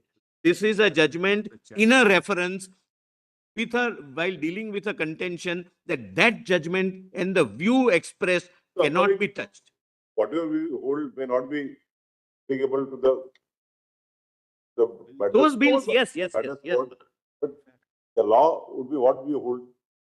Yes, Should be applicable It's here now. not just, my lord, as said, it's only a report. Your lordships are not a reporting authority to the president. It was, my lord, unfortunate that such a word was even used. The honorable president has sought your lordship's constitutional interpretation, and your lordships are, my lord, giving the advice to the president. It's not just a report. And your lordship's inherent power, my lord, that's what the court says, can permit your lordships, my lord, to even overrule the view expressed while maintaining the decree intra partes. My lord, last at the foot, my lord, In any highlight. case, the judgment of you taken by 2 judges on law would not be binding on the constitution. Argument was it is binding because On fact, inter-party. yes. I'm not on that. But argument of Mr. Datar was that is a law and therefore it binds even the advisory jurisdiction of this court. And your lordships cannot touch even the view expressed. My lord, kindly see the last line, last highlighted part. In fact, the overruling of a principle of law is, my lord, please see, my lord, page 817, paragraph 48.2, the highlighted part. In fact, the overruling of a principle of law is not an outcome of appellate jurisdiction, but a consequence of its inherent power. So the argument was that if you overrule the view of law, you will be sitting in appeal over the 2-judge bench judgment. Court says, no, it's not appellate jurisdiction. It's our inherent jurisdiction. This inherent power can be exercised as long as a previous decree vis-a-vis this inter parties is not affected. For those bills, that is final. somebody can, my lord, take a remedy, whether there is repugnancy, not repugnancy, etc. Your lordships would not go into it. But your lordships can say, and in my respectful submission and prayer, that please say that that's not the correct law which is laid. So last point, my lord. My lord, I have dealt with all, my lord, the submissions of my learned senior friends. But only one submission was made by the intervener, my lord. I don't know, my lord, what was the purpose, but he relied upon Article 374 that federal court judgment is binding. I don't think, my lord, your lordships would be going into that because the federal court judgment is being binding or not. But there is a judgment of your lordship saying that federal court judgments are not binding to the Supreme Court of India. Direct judgment, quoting the very provision, my lord, which was relied upon by the intervener. I don't think, my lord, I can go, but kindly note, my lord, if your lordships are taking note of that, so they relied upon some federal court judgment and said that you cannot examine the reference, etc. And, my lord, this is 1991, volume 4, SCC 406, and paragraph 32, One minute. 1991. 1991, 4 SCC 406. It's a 3 honorable judges, Justice Kuldeep Singh. My lord, it's on record. 4584. My lord, I knew somebody would raise this issue. 4584. My lord, para 32. Lord, it's a long para, but it deals. 48, volume, 511, my lord. Volume 511.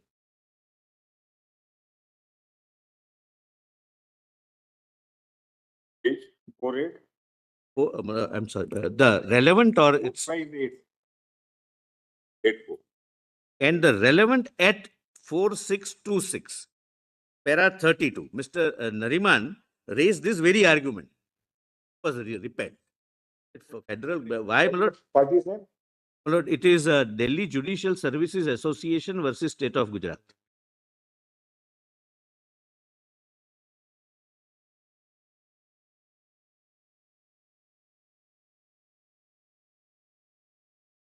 Anyway, my lord, whatever. But it's not a point in consideration. Nobody has argued, my lord. At least the states have not. I am also not. My lord, 142 evolves, my lord, from the facts of each case, my lord.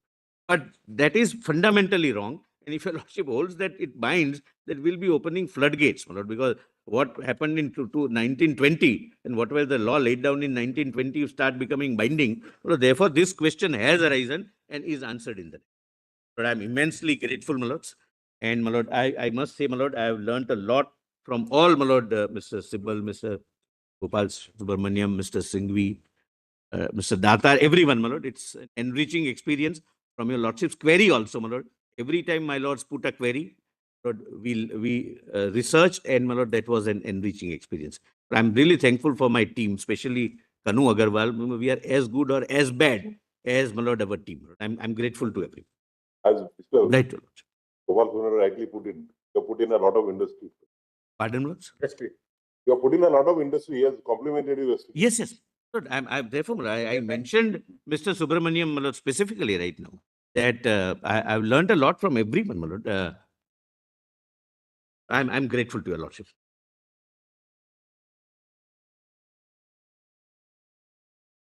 Only with the dating interest.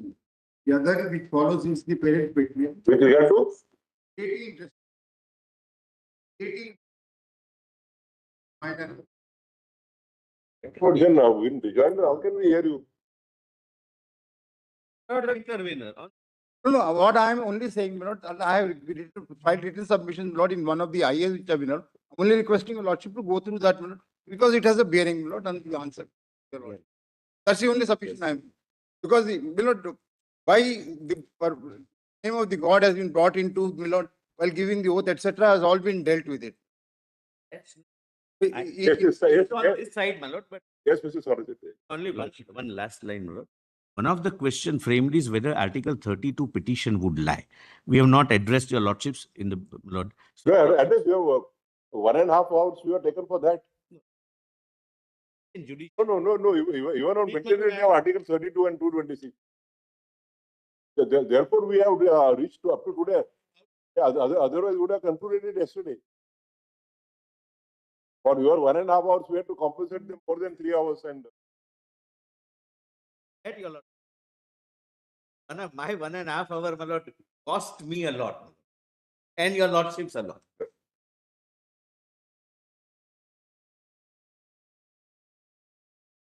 yes, Yes, Mr. May I please you?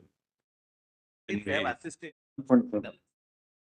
Just as the learned solicitor complimented the assistance given by all the learned counsel. I wish to take you lords a little away from the focus on Article 200 for the time being. don't take us beyond the questions which are framed. I You wish can to take be us little anywhere away within from it for the time. within the framework of the questions that are framed. Yes, yes. It's a matter of concern that we're talking about an important provision of the Constitution. And very often when we deal with such important provisions, a matter of rights, restrictions, we also land into questions of moral principles, policies, values, and they sometimes get so jumbled up that we find it very often difficult to disentangle them and to look at only the purely legal principle. Why I say this, in the course of assistance to this court on Article 200,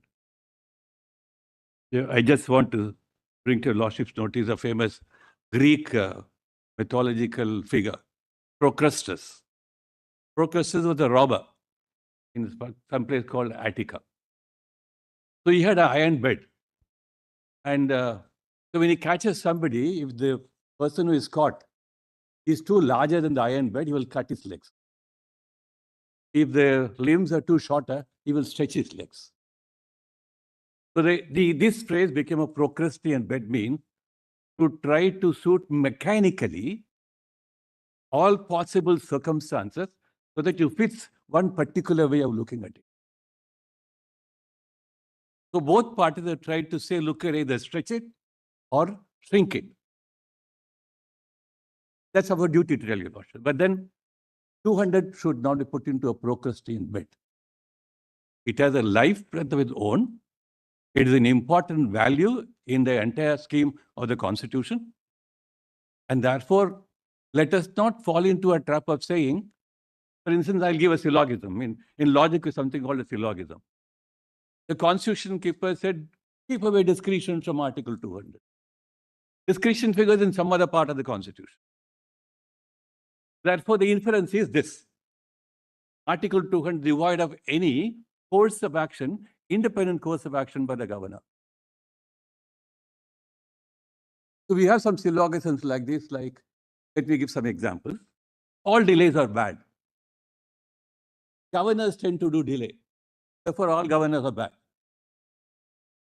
We don't have this kind of syllogistic fallacy to assist the court. Or all hippopotamus four legs. What is the argument? I'm coming, Lords. I'm trying to say that how will the court be assisted in trying to look at Article 300?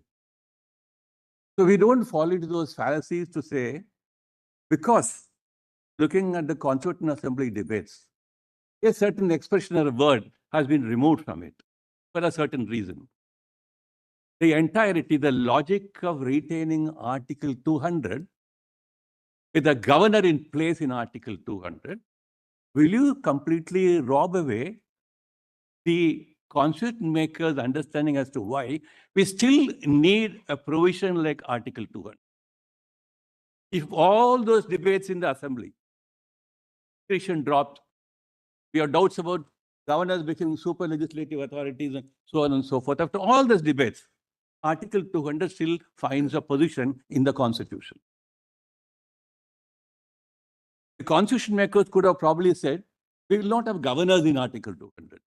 We will have some other way of looking at whether, after an entire exercise, a responsible legislature has passed a law. Should we need a check on that?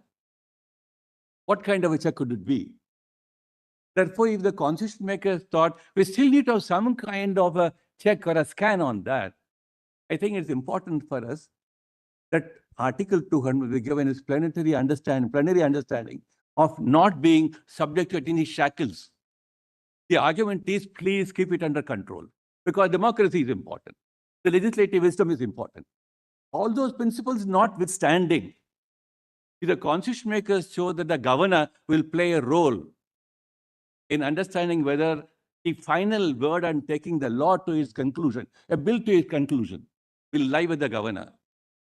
Will you say, I will shackle his hands and say, therefore, I will impose as many restrictions as possible so that nothing remains for the governor to make an independent choice in the four options given to the governor? But that's a fundamental question. You're being asked, you're being told that, please limit, constrain it, impose as many restrictions as possible. I would say, please don't do that. All the set of questions are framed on the understanding, please allow a certain amount of independent exercise of judgment by the governor and the president under Articles 200 and 201. That if at all there is an importance of having a scan at a particular point of time before a bill can become a law, please allow it to remain as it is. The moment you say, no, I will exercise the judicial power to say, how will you articulate your power? How will you exercise your independent judgment? Then you are entering into not only rewriting the constitution, but you're entering into opening up a whole range of a new, what you will call a new jurisprudence on governor's assent.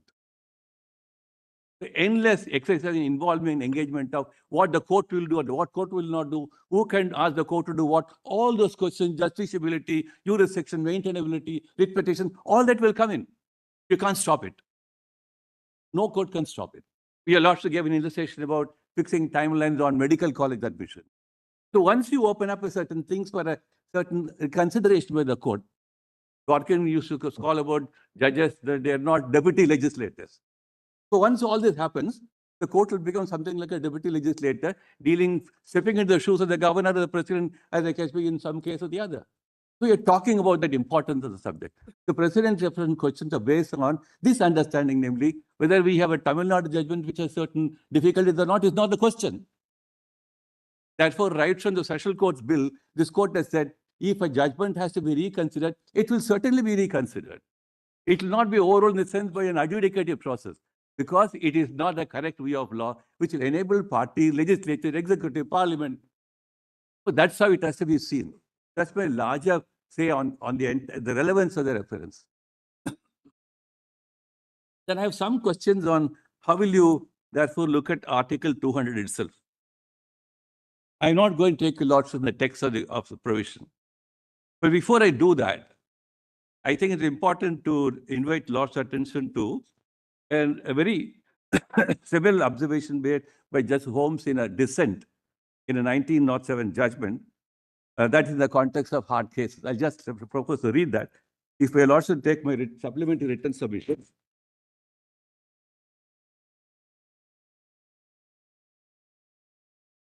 Paragraph. It is volume 1.11.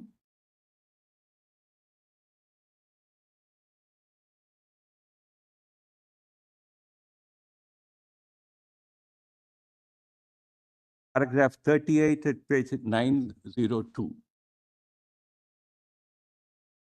There are too many statements have been canvassed here saying, generalizing several propositions about judicial review.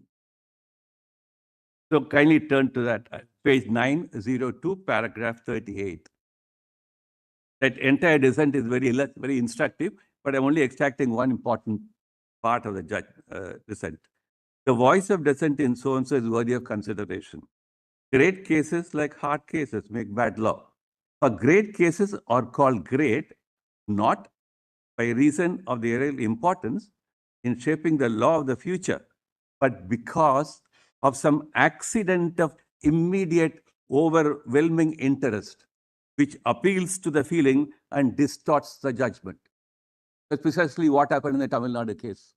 You pick up a certain bill. I'm not playing with judge view on that. I'm only saying, say that what an immediate overwhelming interest, which appeals to the feeling and distorts the judgment. these immediate interests exercise a kind of hydraulic pressure, which makes what previously was clear seem doubtful. For more than 74 years, governors were sending within 1 month. A 0.8% is what you're talking about. So what was clear seemed doubtful, and before which even well-settled principles of law will bend. I wish your lords apply this very instructive advice to look at why the president before a lord's.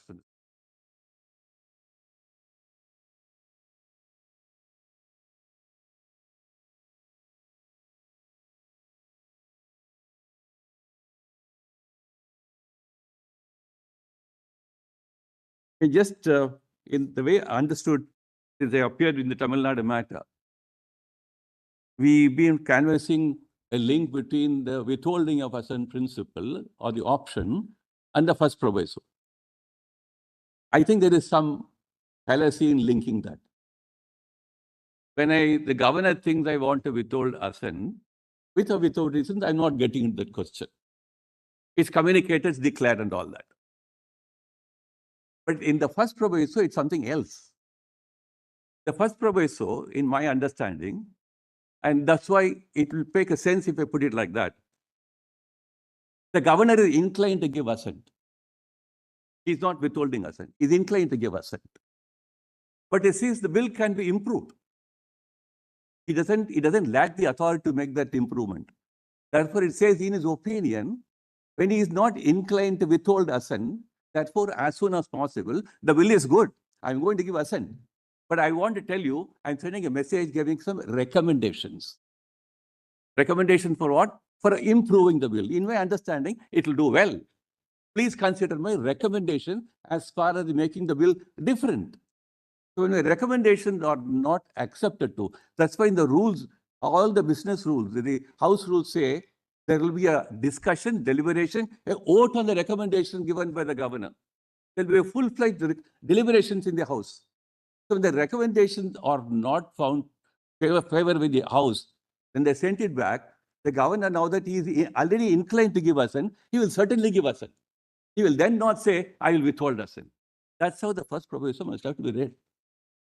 He is giving a recommendation to the House Assembly, says, please consider my suggestion to make the bill or the bill look better or different. It can be any kind of recommendations, effective recommendations. Therefore, in order to say when he is withholding assent and he is sending it to the House, and when the House reconsiders it, his hands are tied, I think is a very narrow way of looking at the first proviso. First proviso operates in an entirely different situation. Therefore, we are talking about the 4 options. Otherwise, it is sunk into only 2 options. If we told assent, send it to the House, then House says no, everything is over. The only doubt which, of course, is bothering the court and all of us here is, Valluri Basavaya, Nambudiri, all that series of judgments says the bill will fall through. Whatever one would like to ascribe to that. The presidential reference questions are framed in this context. If more than one constitution bench judgment says the bill will no longer be a bill which is alive, some other action will have to be undertaken by the House or the executive or the governor, then of course they will undertake that exercise. But to say that I want to give a different meaning to this large line of reasoning, then of course we have a problem. That's why the president's reference says, I have so many judgments on my table. Which is the correct view as regards how will the governor exercise their independent judgment? How will the president exercise their independent judgment? That is why the president's reference questions looks at all this, including the Tamil Nadu judgment. It is not an attack on the Tamil Nadu judgment. It's a question of understanding what will probably the best view of looking at Article 200. So what will be the view of law? So the reference is entirely based on soliciting an opinion from this court on what will be the view of law on Article 200. If at all, it must continue to remain an important part of the constitutional scheme. If you want us to close the eyes to the scheme of Article 200, then we don't need it at all. Instead of, therefore, if the court were to say, I would therefore, with my pen and paper, I said so in commencement of the argument. With a pen and paper, you will say, I will write Article 200 in the following manner. It will look better. I don't think that's the role of the court assigned to make a provision of the article look better. I can understand a court talking about a rights determination, whether right to privacy, commercial speeches, speech, etc. Then you are talking about rights, adding meaning to certain words in the Constitution to make a right efficacious. But here we're not talking about that. We are talking about expanding the Constitution in certain areas, but you can't say the same logic and tool to say, I will rewrite the Constitution because it looked better. That is the only trigger point why this reference has come before the law. Because a larger picture, a larger canvas is involved here. So how will the Constitution, therefore, will the court now read 200 in such a narrow way so that over a period of time, it will probably vanish out of existence? Is it not the role of the parliament to look at it? Therefore, whether the Constitution at some point of time, experience is gained, Parliament will say we no longer need Article 200. They will do it, or they will make some amendment to Article 200. So the core question is whether what has been done over a period of time with Article 200, should it remain free from all the restraints and shackles which should not be imposed upon the only question. So all arguments advanced here is to buttress the argument, buttress the proposition. Now, I was also trying to understand how will the governor work under the Article 200? I think, firstly, there are composite lines of reasoning. The governor will first find out whether, I'm not talking about the aid and advice proposition. I'll show the absurdity if you have to go along the aid and advice proposition. The governor will have to first find out before he gives assent whether I should withhold assent. Then, if it is not a question of withholding assent, if he thinks it should be sent to the president, he may examine that possibility. If both these possibilities do not exist, then he will assent. Therefore, you have to go by ruling out, like in Sanskrit, you say, neti, neti, not this, not this. Therefore, once I rule out withholding assent does not exist, is not available, and sending it to the president is also ruled out, then automatically I'll give assent. But after I say I'm withholding assent, then all the judgments about falling through will come in. That's why also, even after withholding assent, if there is a difficulty, if the genuine independent exercise of judgment by the governor says, I should send it to the president in order that on a repugnancy question, the president will have the final say. Therefore, it's the flexibility and the dynamics involved by the governor's independent exercise of judgment. I mean, how do you keep it intact? Would you keep it intact, or will say, no, we'll bring as many restrictions as possible, or the court may conceive? So this process of reasoning in Article 200, that's why I'm saying, notwithstanding all those debates in the Constitutional Assembly, we dropped the word discretion. Section 70 of the Government of India Act dropped it. From there, we dropped it. The 175 draft article, we thought we'll have something else. Notwithstanding all that, at the end of the day, if Article 200 says, I'm giving certain options to the governor to act within these 4 options, these options, then the governor has a course of action. Options are predetermined.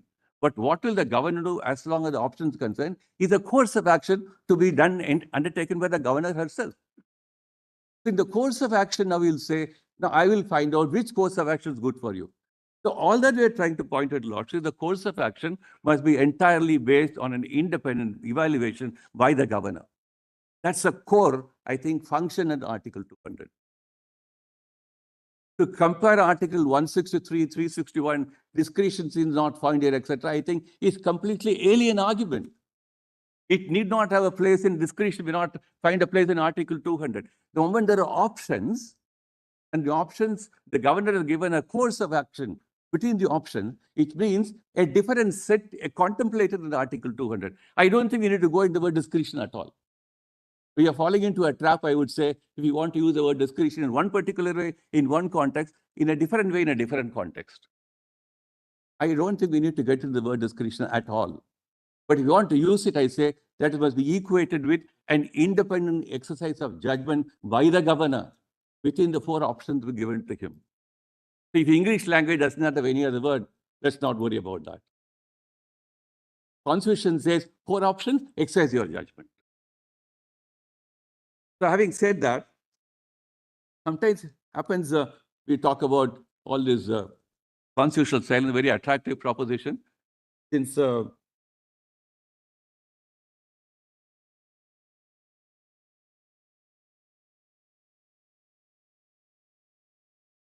is it?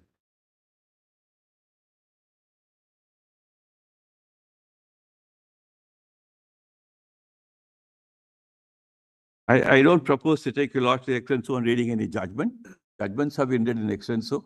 I only wanted to bring this very broad concerns. And I think once the broad concerns are appreciated, I'm sure the lordships will take a view as to where a line will be drawn, or the court will not say that we are not deputy legislators and to draw lines which the parliament will draw.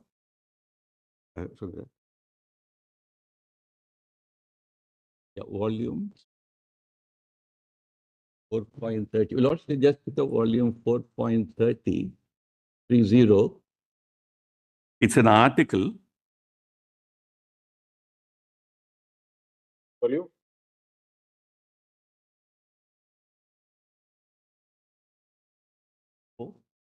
Volume 4.30. There is no 30, it's only up to 28. What do you refer to? I'm talking to some computer, right? Yeah. Give it for me. Wherever it is. Oh, how is that? How is that level is in China? Just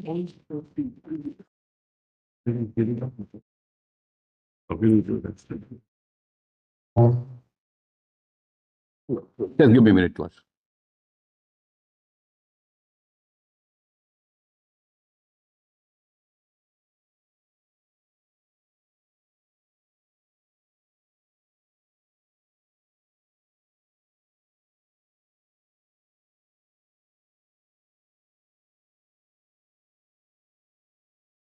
Reasoning process. I was talking about the composite reasoning process involved in how the governor will act under Article 200. So when it's in the context of whether it's writ petition maintainable, justiciability before it becomes a law and all that, the court will necessarily go into the question, what reasons are good, or reasons are adequate, or reasons are inadequate. So the endless conundrum of the engagement of the court in testing the governor's independent exercise of judgment. So you can have any number of tools to say that, look here, there is a vacuum. I'll pick up the Vishaga principle, and therefore I'll lay down some guidelines. So that is it.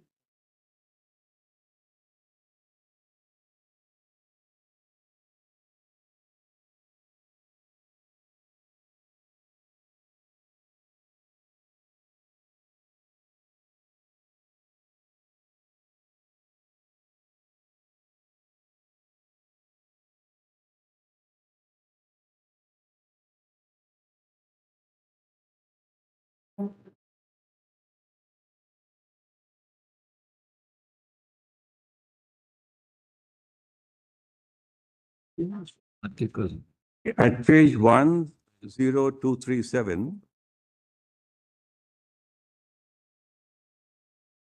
the paragraph conclusion is at the 10. bottom of that. Then how do we read it? Reading that. Yeah, I'm reading software. There is no paging, so tell us the internal paging. Volume. Oh, I'm sorry. It could be page 934 of this article. At the top, you'll also have that page number. Are you referring to, Mr. Tani, are you referring to this article, the general principles on constitutional law? Which page? I'm sorry, Lord.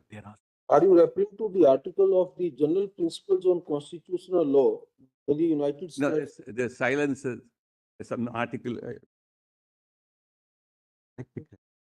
Yes.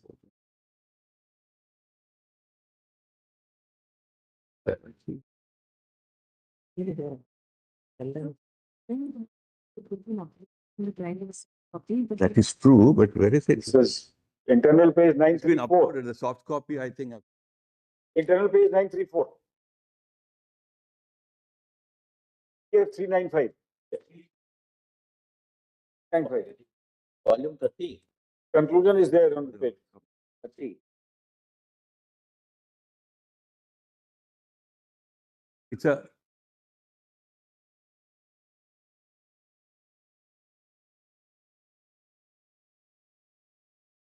The silences of constitution. that's it. Volume 30 is. on- Soft copy volume क्या है? Finish book. 4.30.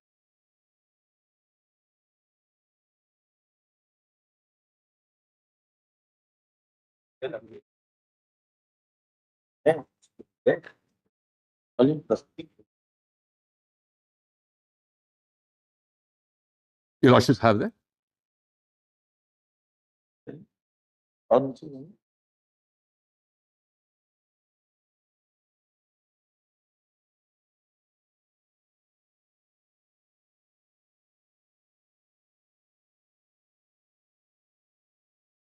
Yes, so the lordships get it. Yes, please. Your lordships have it? Yes, yes. We have the manual copy. A fairly short one, but I thought let me take your lordships to the conclusion part of it. Probably the page number at the top is 10237. The last paragraph 4 of this conclusion. 10237. Okay, all right. Right. Your Lord, does Vikramnath has that? Yes, I have conclusion. I was the first one to have. Slightly, your lords are ahead of me. 4.30, silences of constitution. Conclusion part, you want to read paragraph 4? I wanted the, Yes. because it talks, it's a very interesting quote from one American called Benjamin Constant, and how the American and English experience has analyzed here. Right. Yes, Mr. Attorney, read it. This is why I want to place reliance on this, since I read it, I think.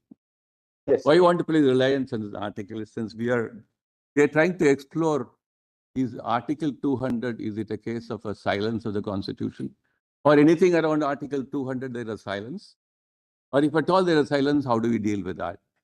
But before I thought, why I need to read it is that firstly, I say that Article 200, because the way it has been retained in the Constitution, has been so retained to admit of its experience over a period of time and to leave it as it is so that we don't feel as if there are too many gaps in Article 200 and fill it the way we want it. So assume too many gaps in Article 200 is one extreme proposition. To say that Article 200 gives sufficient intrinsic guidance to the governor and over a period of time what they will do. That's why we're talking about more than 75 years now. About 98.5% bills within 1 month, assents have been given. We are talking about a very negligible percentage of bills, 0.8%. But about, as far as Tamil Nadu is concerned, about 12 bills were the controversy. 33 bills where the governor sent back with a message. I'll show you laws only to a limited extent, not talking about data. So 33 bills are sent back with a message saying, what that kind of a message? In terms of my reading of the first proviso, please consider, will the bill look better with my recommendation? And 12 matters where it's been sent back. So withholding assent. So if you're talking about combining both these two distinct categories, I don't know, there is no difficulty if the governor sends back with a message. Question is whether he can withhold it without sending it back to the legislature endlessly. that's why I'm trying to point out the first proviso operates entirely unconnected to the question of withholding assent. Withholding assent is an independent option, independent exercise of judgment by the governor. He doesn't have to go necessarily under the first proviso. So First proviso- according to you, he has a power Yes. to endlessly withhold it. No, I'm not. Nobody says that. Nobody has done that. No governor said I'm endlessly withholding it. Nobody has done that. So once a declaration is given, I'm withholding assent, that is the option which the governor has exercised under Article 200. So therefore, I'm not even talking about, because in the first proviso, if the governor is thinking that I'm asking you to consider from a different angle, therefore I'm inclined to give assent. Once I'm inclined to give assent, why should I keep it along with me for a long period? Therefore, as soon as possible. I'm within giving assent, but consider my recommendation. He should not keep it pending with for a long time. But withholding assent stands an entirely different footing.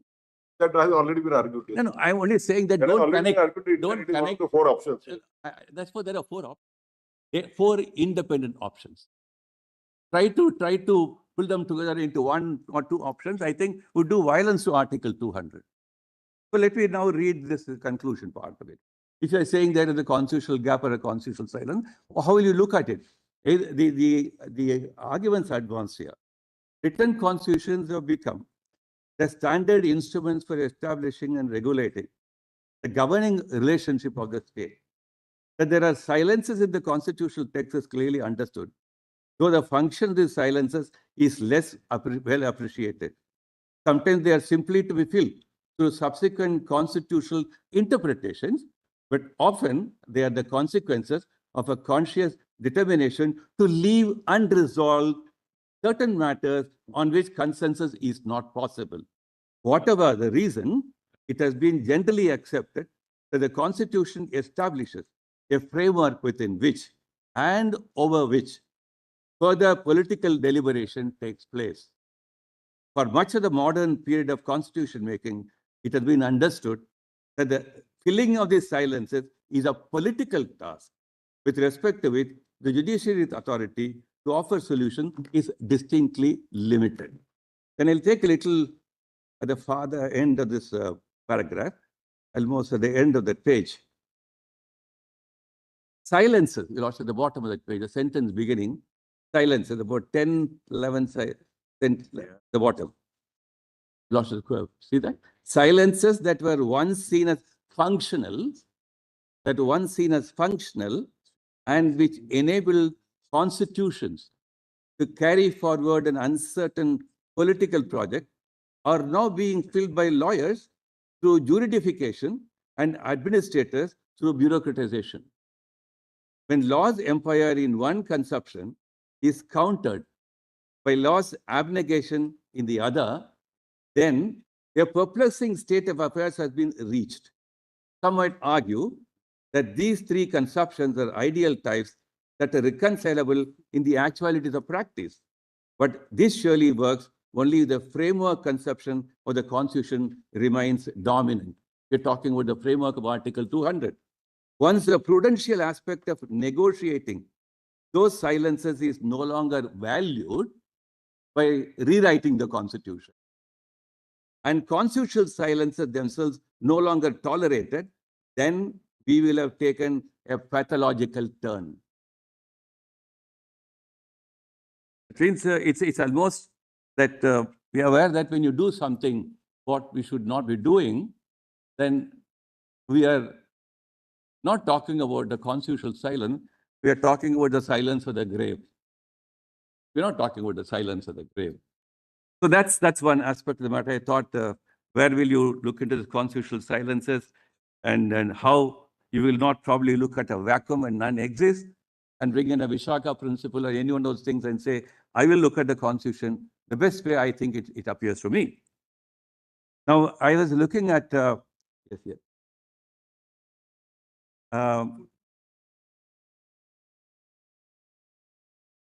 yes, it is interesting. I hope I read the article in entirety.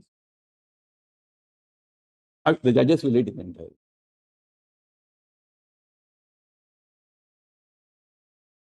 In my understanding, therefore, Article 200. Yes. Yes, because Article 200 is a legislative process. It's a special class of legislation. While I'm not talking about pocket veto and all that, I'm not talking about that. But in the American understanding, I'll just place your lordship's. the learned solicitor has objections to referring to I'm sorry, Lord. the US or the Then I'm not citing any judgment. My personal view, But not the central not- government's view. Yeah, but when in last 75 years, our constitutional jurisprudence so much developed, do we again go back to the articles But from I'll just make American a, jurisprudence? a little detour. But there is no aversion to foreign judgments. There are foreign judgments cited by this court, accepted by the constitution benches. But borrowing the principles, policies, ideologies, and culture and making a jurisprudence out of it is objectionable. No, over the last 75 years, we could have developed the jurisprudence. Probably we need not get into that question because if you lost go into it, just Anton Scalia had a great aversion to US constitutional law borrowing from outside. We're not talking about that. Our earlier judgments not have talking excessively referred to those. No, judgments. I'm not relying on. Now, over the 75 years, our courts have developed our. I don't so propose to lay excessively so. any judgment now. I only want to say. More binding than our own judgments. But that should not be there. That's all. Let's now, in this context about how it is to be treated as a legislative power, one paragraph in Schooley's constitutional principles, you'll also have that hard copy which has been handed over.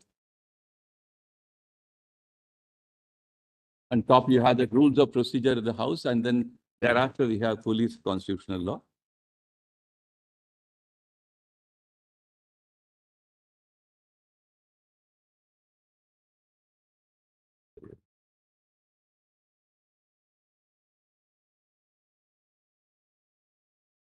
Yes.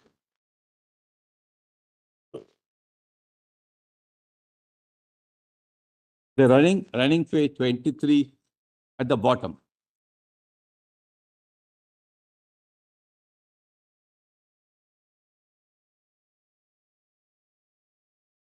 I suppose wherever the power to assent or approval given to bills is available, wherever they are, I think the theme must be the same. It can't be different because it's in US Constitution. It can't be different because in some other constitution. So at page 23, the paragraph beginning the veto power, Lord Chief Justice has that page? 23 at the bottom. Yes.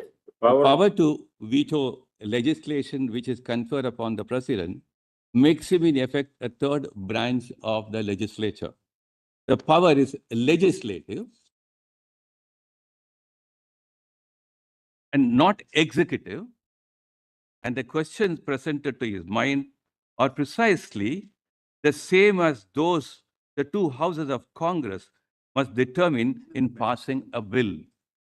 Whether the proposed law is necessary or expedient, whether it's constitutional, that means we are talking about constitutional complaints, whether it is so framed as to accomplish its intent, and so on are questions transferred from the two houses to the president with the bill itself. So in the US Constitution, the larger power, subject to whatever limitations in Article 200, the nature of the power will remain the same. All missing. I'm sorry. But it's a presidential system. No, that's what I'm trying to point out. When the question that will be present before the president, namely constitutional complaints, I'm talking of constitutional complaints. Here, the governor looks at the constitutional complaints. Back to back. Both sides. Look at the back side. You lost it down yet? All right. We're at 23 at the bottom. It says the power to veto legislation is conferred upon the president makes him in effect third branch of legislation. Power is legislative, not executive. Read further.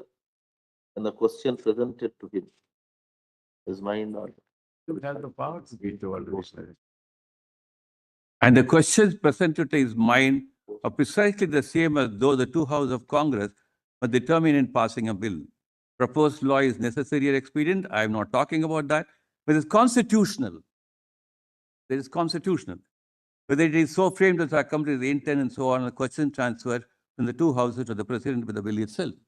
Therefore, notwithstanding the differences between the scheme the US president may have under Article Section 7 of Article 1, 2 of the US Constitution, the essential, the core essence of an assent domain is that, is it constitutional? How does it help you? No, why I'm talking about the constitutional compliance principle application of mine is legislative in character. It is not executive. Therefore, if it is legislative in character, then can the president, when the federals with the presidential system of the governance that they have, will they observe that the power is with the legislature? With all that well in place. With And all therefore, that the power of veto. I please don't misunderstand me saying that your president is equated. US president, I'm transplanting him into the governor's position. I'm not doing that. I'm not doing that. Then here the No, case is worse off. the Here reason the why. president is elected directly by the people. No, the reason He why. can't exercise You his lost power. Let me. Can an appointed governor not even understand why a I'm president who is elected by both the houses? That's why I'm trying to point out, how do we really look at Article 200 after all we have said the Constitutional Assembly debates? If the essential, the core function of the governor is to say, in the course of withholding an assent, what do they do? Is the bill constitutionally compliant? The constitutional compliance of the bill is a question presented to the governor. And what will he do with that question? Therefore, when he says that I will to find out his constitutional compliance, is it an executive function? The question which the governor will pose to himself or herself will be, how do I look at the... Rather than supporting would be against you. The question which the governor will pose to herself will be, I look at the provisions of the Constitution. Does the bill comply with the provisions of the Constitution? Does it transgress the constitutional provision? Is there a conflict within constitutional provision? All those are questions which are legislative in character. Whether the proposed law is necessary or expedient, No, whether it is constitutional, whether it is to be framed or to accomplish its intent, and so on, are questions all within the domain of legislature. No, I'm not saying that you apply it entirely to the governorship. I'm not saying that. I'm only saying constitutionality. On the constitutionality, as far as the larger power of the president is concerned, notwithstanding, the constitutionality aspect of it is the essence of Article 200. That's why assent can be given if it's constitutional complaint. Attorney, probably your argument is Yes, that from the stage of bill to before it becomes act, yes, the constitutionality of a bill yes, is to be examined by the governor yes, within the framework of 200. yes, After it becomes wherever the assent is granted, Yes. and it becomes an act, that's then right. it becomes subject to judicial review. That's right. That is what That's probably right. you want. But what saying I'm talking about the nature. I'm talking about the nature of the exercise of power by the governor. At that power, which governor exercised between the stage of bill to act Yes, is being constitutional in nature, yes, is definitely better than a legislative power. that's right. In other words, It's superior than the I have a legislative. partnership in legislation. That's what Governor is partnership in That's the Leonard Solvency does also argue that the governor is also a part of the legislature. Article 168 puts it for certain other reasons. You may probably incorporate and probably say something about it into Article 200. I'm not saying for the time being Article 168 is the final word. But intrinsically in Article 200, I'm trying to ask myself a question, is it an executive power or is something else? If it is an executive power, then I think Article 200 will have no value at all. I have to act That is essentially I tell you, Leonard Solicitor that it's under a the legislative power.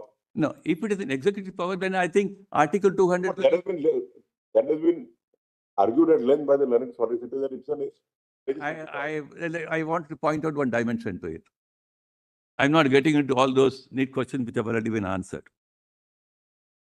If it is taking a leaf out of the advice of the Council of Ministers, if I am right in my submission that the first proviso is entirely different, disconnected with the withholding of the assent, I think the law will look better if my recommendations are taken into account by the House.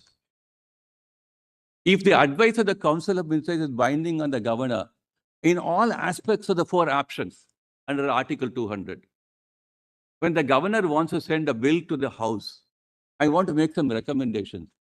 Will he have recommendations in advance from the government? He will have his own recommendations. The governor will not be told, I'm giving you the recommendation, please take it as my advice. And then the governor looks at the recommendation, he goes back to the House and says, please consider my recommendation. They are not his recommendation. They're the government's recommendation. It's absurd to say that. It doesn't make any sense. Therefore, the advice of the Council of Ministers will have to be completely kept out of Article 200. So if the governor will, the government tells the governor, I wanted to give assent. The governor, as I said, he will exhaust other two possibilities, withholding or sending it to the president. Sometimes the government also may say, send it to the president in order that we have an expeditious resolution of the question of repugnancy. Maybe rare cases. But the government will never tell the governor, you please don't withhold your assent. And what kind of advice will that be? Therefore, the only advice the government, the consultation process is an entirely different footing. When the government decided to withhold an assent, there will be a consultation process. That will reach somewhere or the other. Either the bill falls through or something else takes place. Therefore, in order to now put them all in a straitjacket on two what called limiting principles, that the advice is binding on the governor does not have any independent judgment under Article 200, I say it takes the entire life or essence of Article 200. It makes it a lifeless piece of legislation in the Constitution. One more, I may require another 10, 15 minutes No. after lunch. So, Then I continue for some time. 5 minutes will do. I've been running at a bullet train speed in order to not take your... Not at a bullet train. You have been, you have been running at a luxury train speed, going through the American articles and actually looking.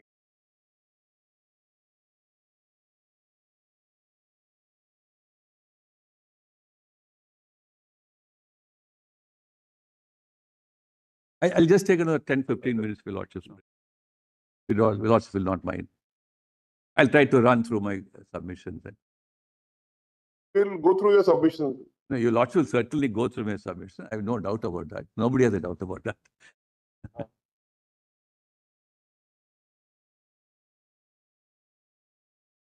Continue, yes. Okay, very well.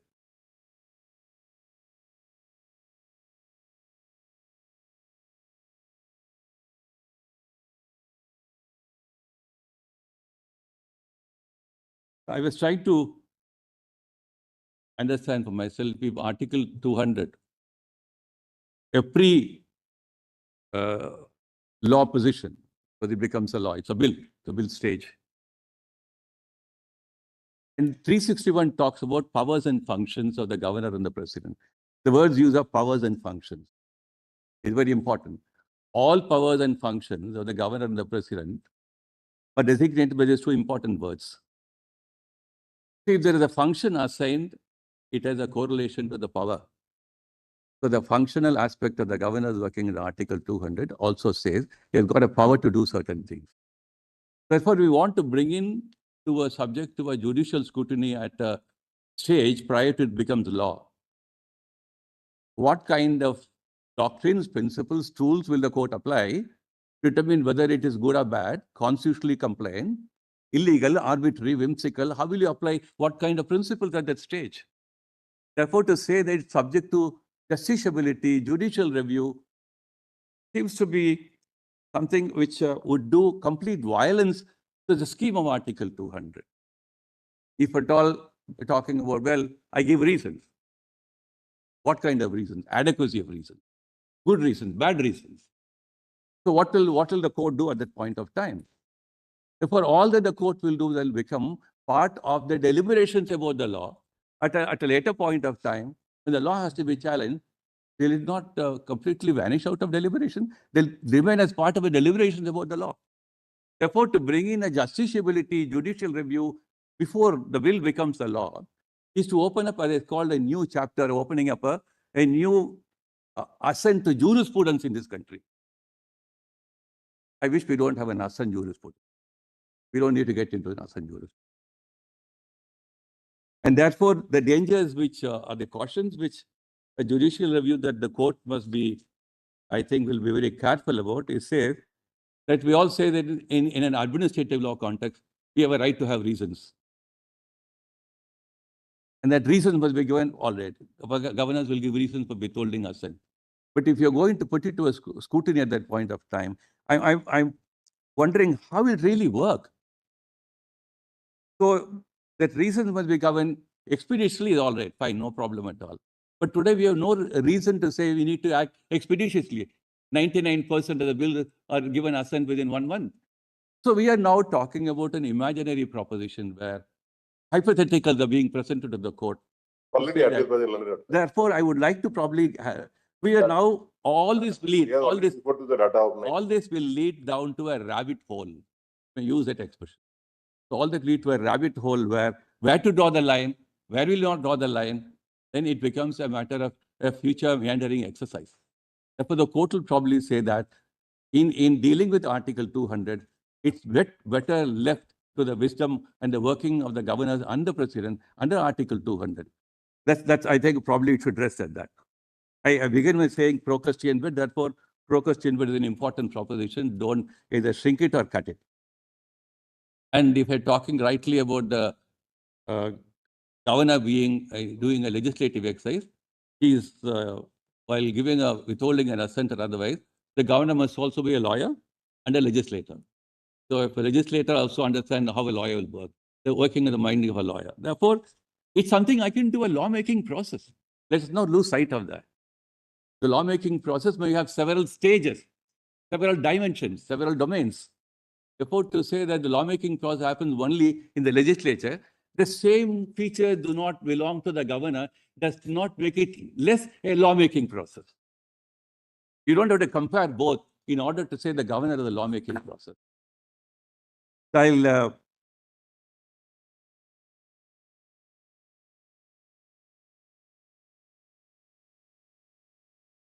one final argument in my written submissions, I've dealt with that, on the parents patria argument.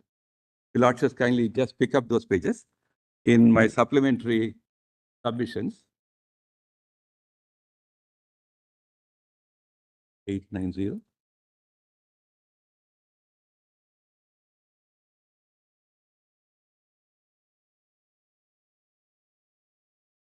Page number 908, it is volume Maybe लगाए ना 1.11.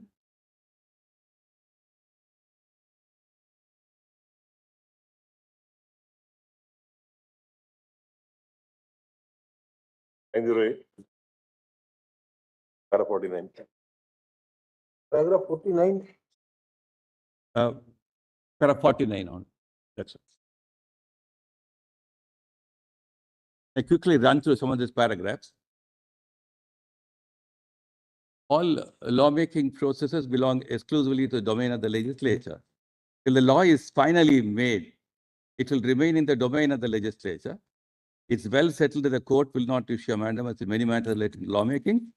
This position will comprehend all lawmaking, namely enactment of statutes, bylaws, making of rules under Article 309 of the Constitution, regulations, etc.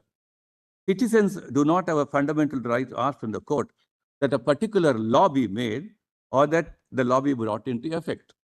All rights in relation to any law can be claimed only after the law is made.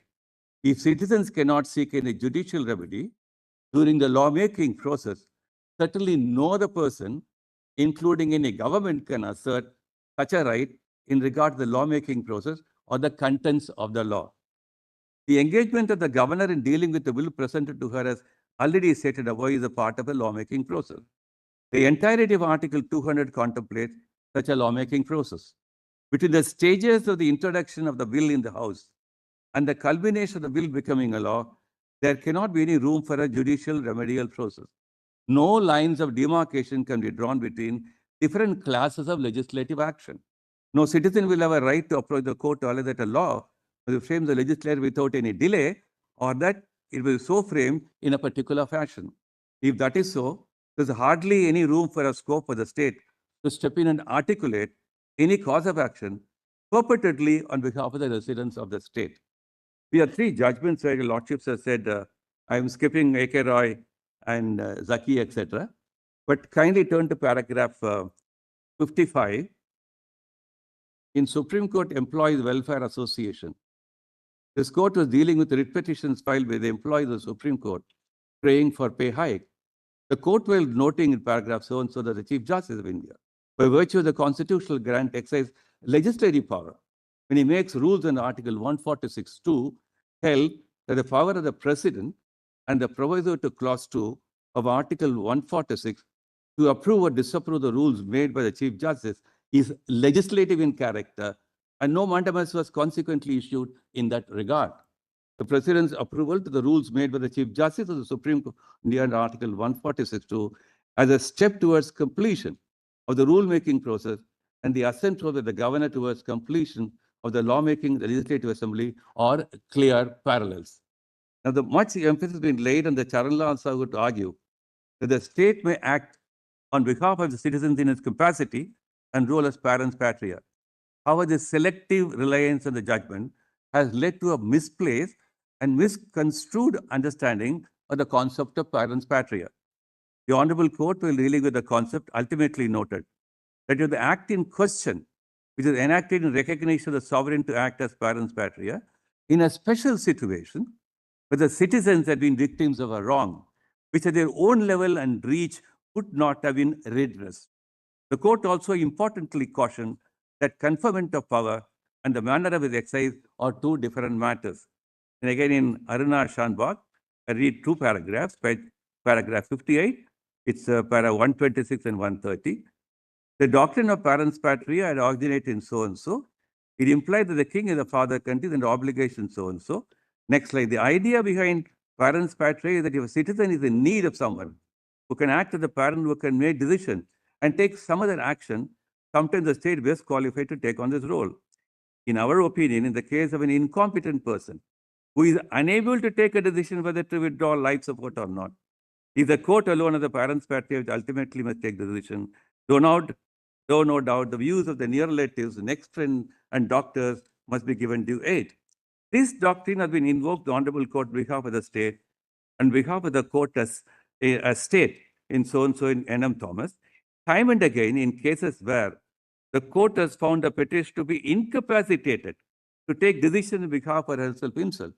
Some of the examples where the parens patria has been considered by the court are listed as under. I skip all those instances. Now, therefore, kindly now come to page 915, paragraphs 61 to 63. Para 60. It's worth noting that the parens patria doctrine is an enabling proposition, and within the four corners of the need of protecting legitimate and cognizable interests of citizens, where there is no cognizable right or interest, such as in the instant case, during the lawmaking process, there is no room for the parens patria doctrine. The doctrine of parens patria is a source for the state to litigate on behalf of citizens who cannot help themselves has been well documented. However, this power is not absolute and has its own limitation. It is submitted this power cannot be misused by the state or the federal unit of the large nation state to agitate a cause against the central or federal government. It was stated that while any set of people may be citizens of a state, they are also citizens of the nation. And that the remedy lies not in a state agitating their cause against the center, but rather in ensuring that the state policies are duly implemented. The invocation of the parens patria doctrine in various jurisdictions shows that the efficacy and the relevance of the doctrine lies in those circumstances where, as is stated below, that a class of persons who have legally recognizable rights, claims, or interests are not in a position to access justice or need not be burdened with the task of accessing. That's the limitation parens patria doctrine. Not that you have a freewheeling right to say, I am litigating on behalf of the citizen. So paragraph 64, finally, that's while the state of the parens patria is duty bound to provide assistance to all its citizens, and especially to those who may not be able to protect themselves on their own, the state cannot and ought not to resort to risk jurisdiction to seek mandatory risks against the central government, which also acts as a parens patria to the citizens.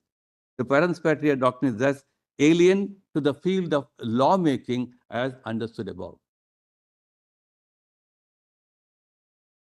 It is already covered by the learned solicitor. Argument with regarding the governor's. I just come back to only one small final comment on it.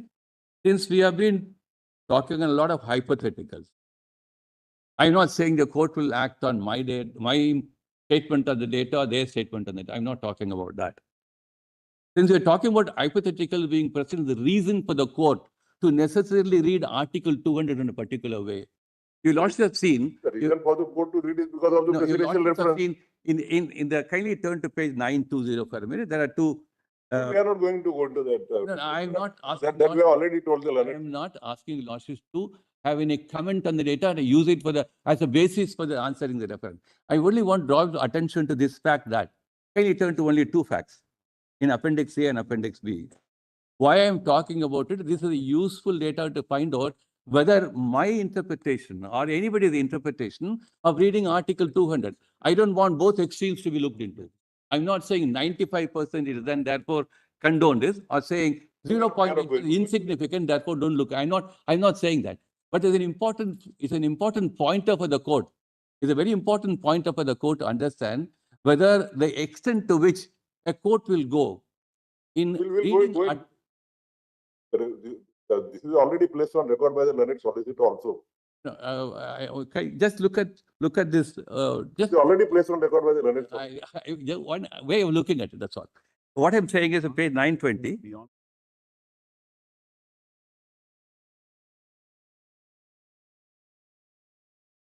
President has put data, we would have answered it. Well, it's okay. Fair. All of This us. is not I'm not saying you. I'm not saying what you said. I'm saying something else. I know what you're saying. I'm not saying. Anyway, thank you, Mr. Adoni. Thank you. Just make a note of that. May I take Malas 90 seconds if your lordship permits me? I'm not going to argue. No. I'm not arguing, Malas. I just want to point out. I'm not arguing. One second. I'm not arguing. I just want to point out that this thing that my learned friend is, yeah, he's pointed out this withholding assent. That declaration applies also to granting assent for sending it to the president. I'm not arguing. I'm just pointing this at. For God's sake, don't think I'm arguing the matter, mother. The other 200 says. my learned friend. All right, I will not say anything, mother. Yes, It's Lord, what- very unfair, mother. I didn't want to say anything about this because your lordship will not go into the data. It's what Mr. Solicitor only pointed out how in a given case. My intervening application allowed. One case the governor withholds, I am entitled to come to court and say, how is he withheld Lord, it? yesterday I Forget mentioned. about the data. So it has been a very enlightening debate. Thank you very much to all Lord, of you. yesterday, my lord, I mentioned my intervening application may be allowed, my lord.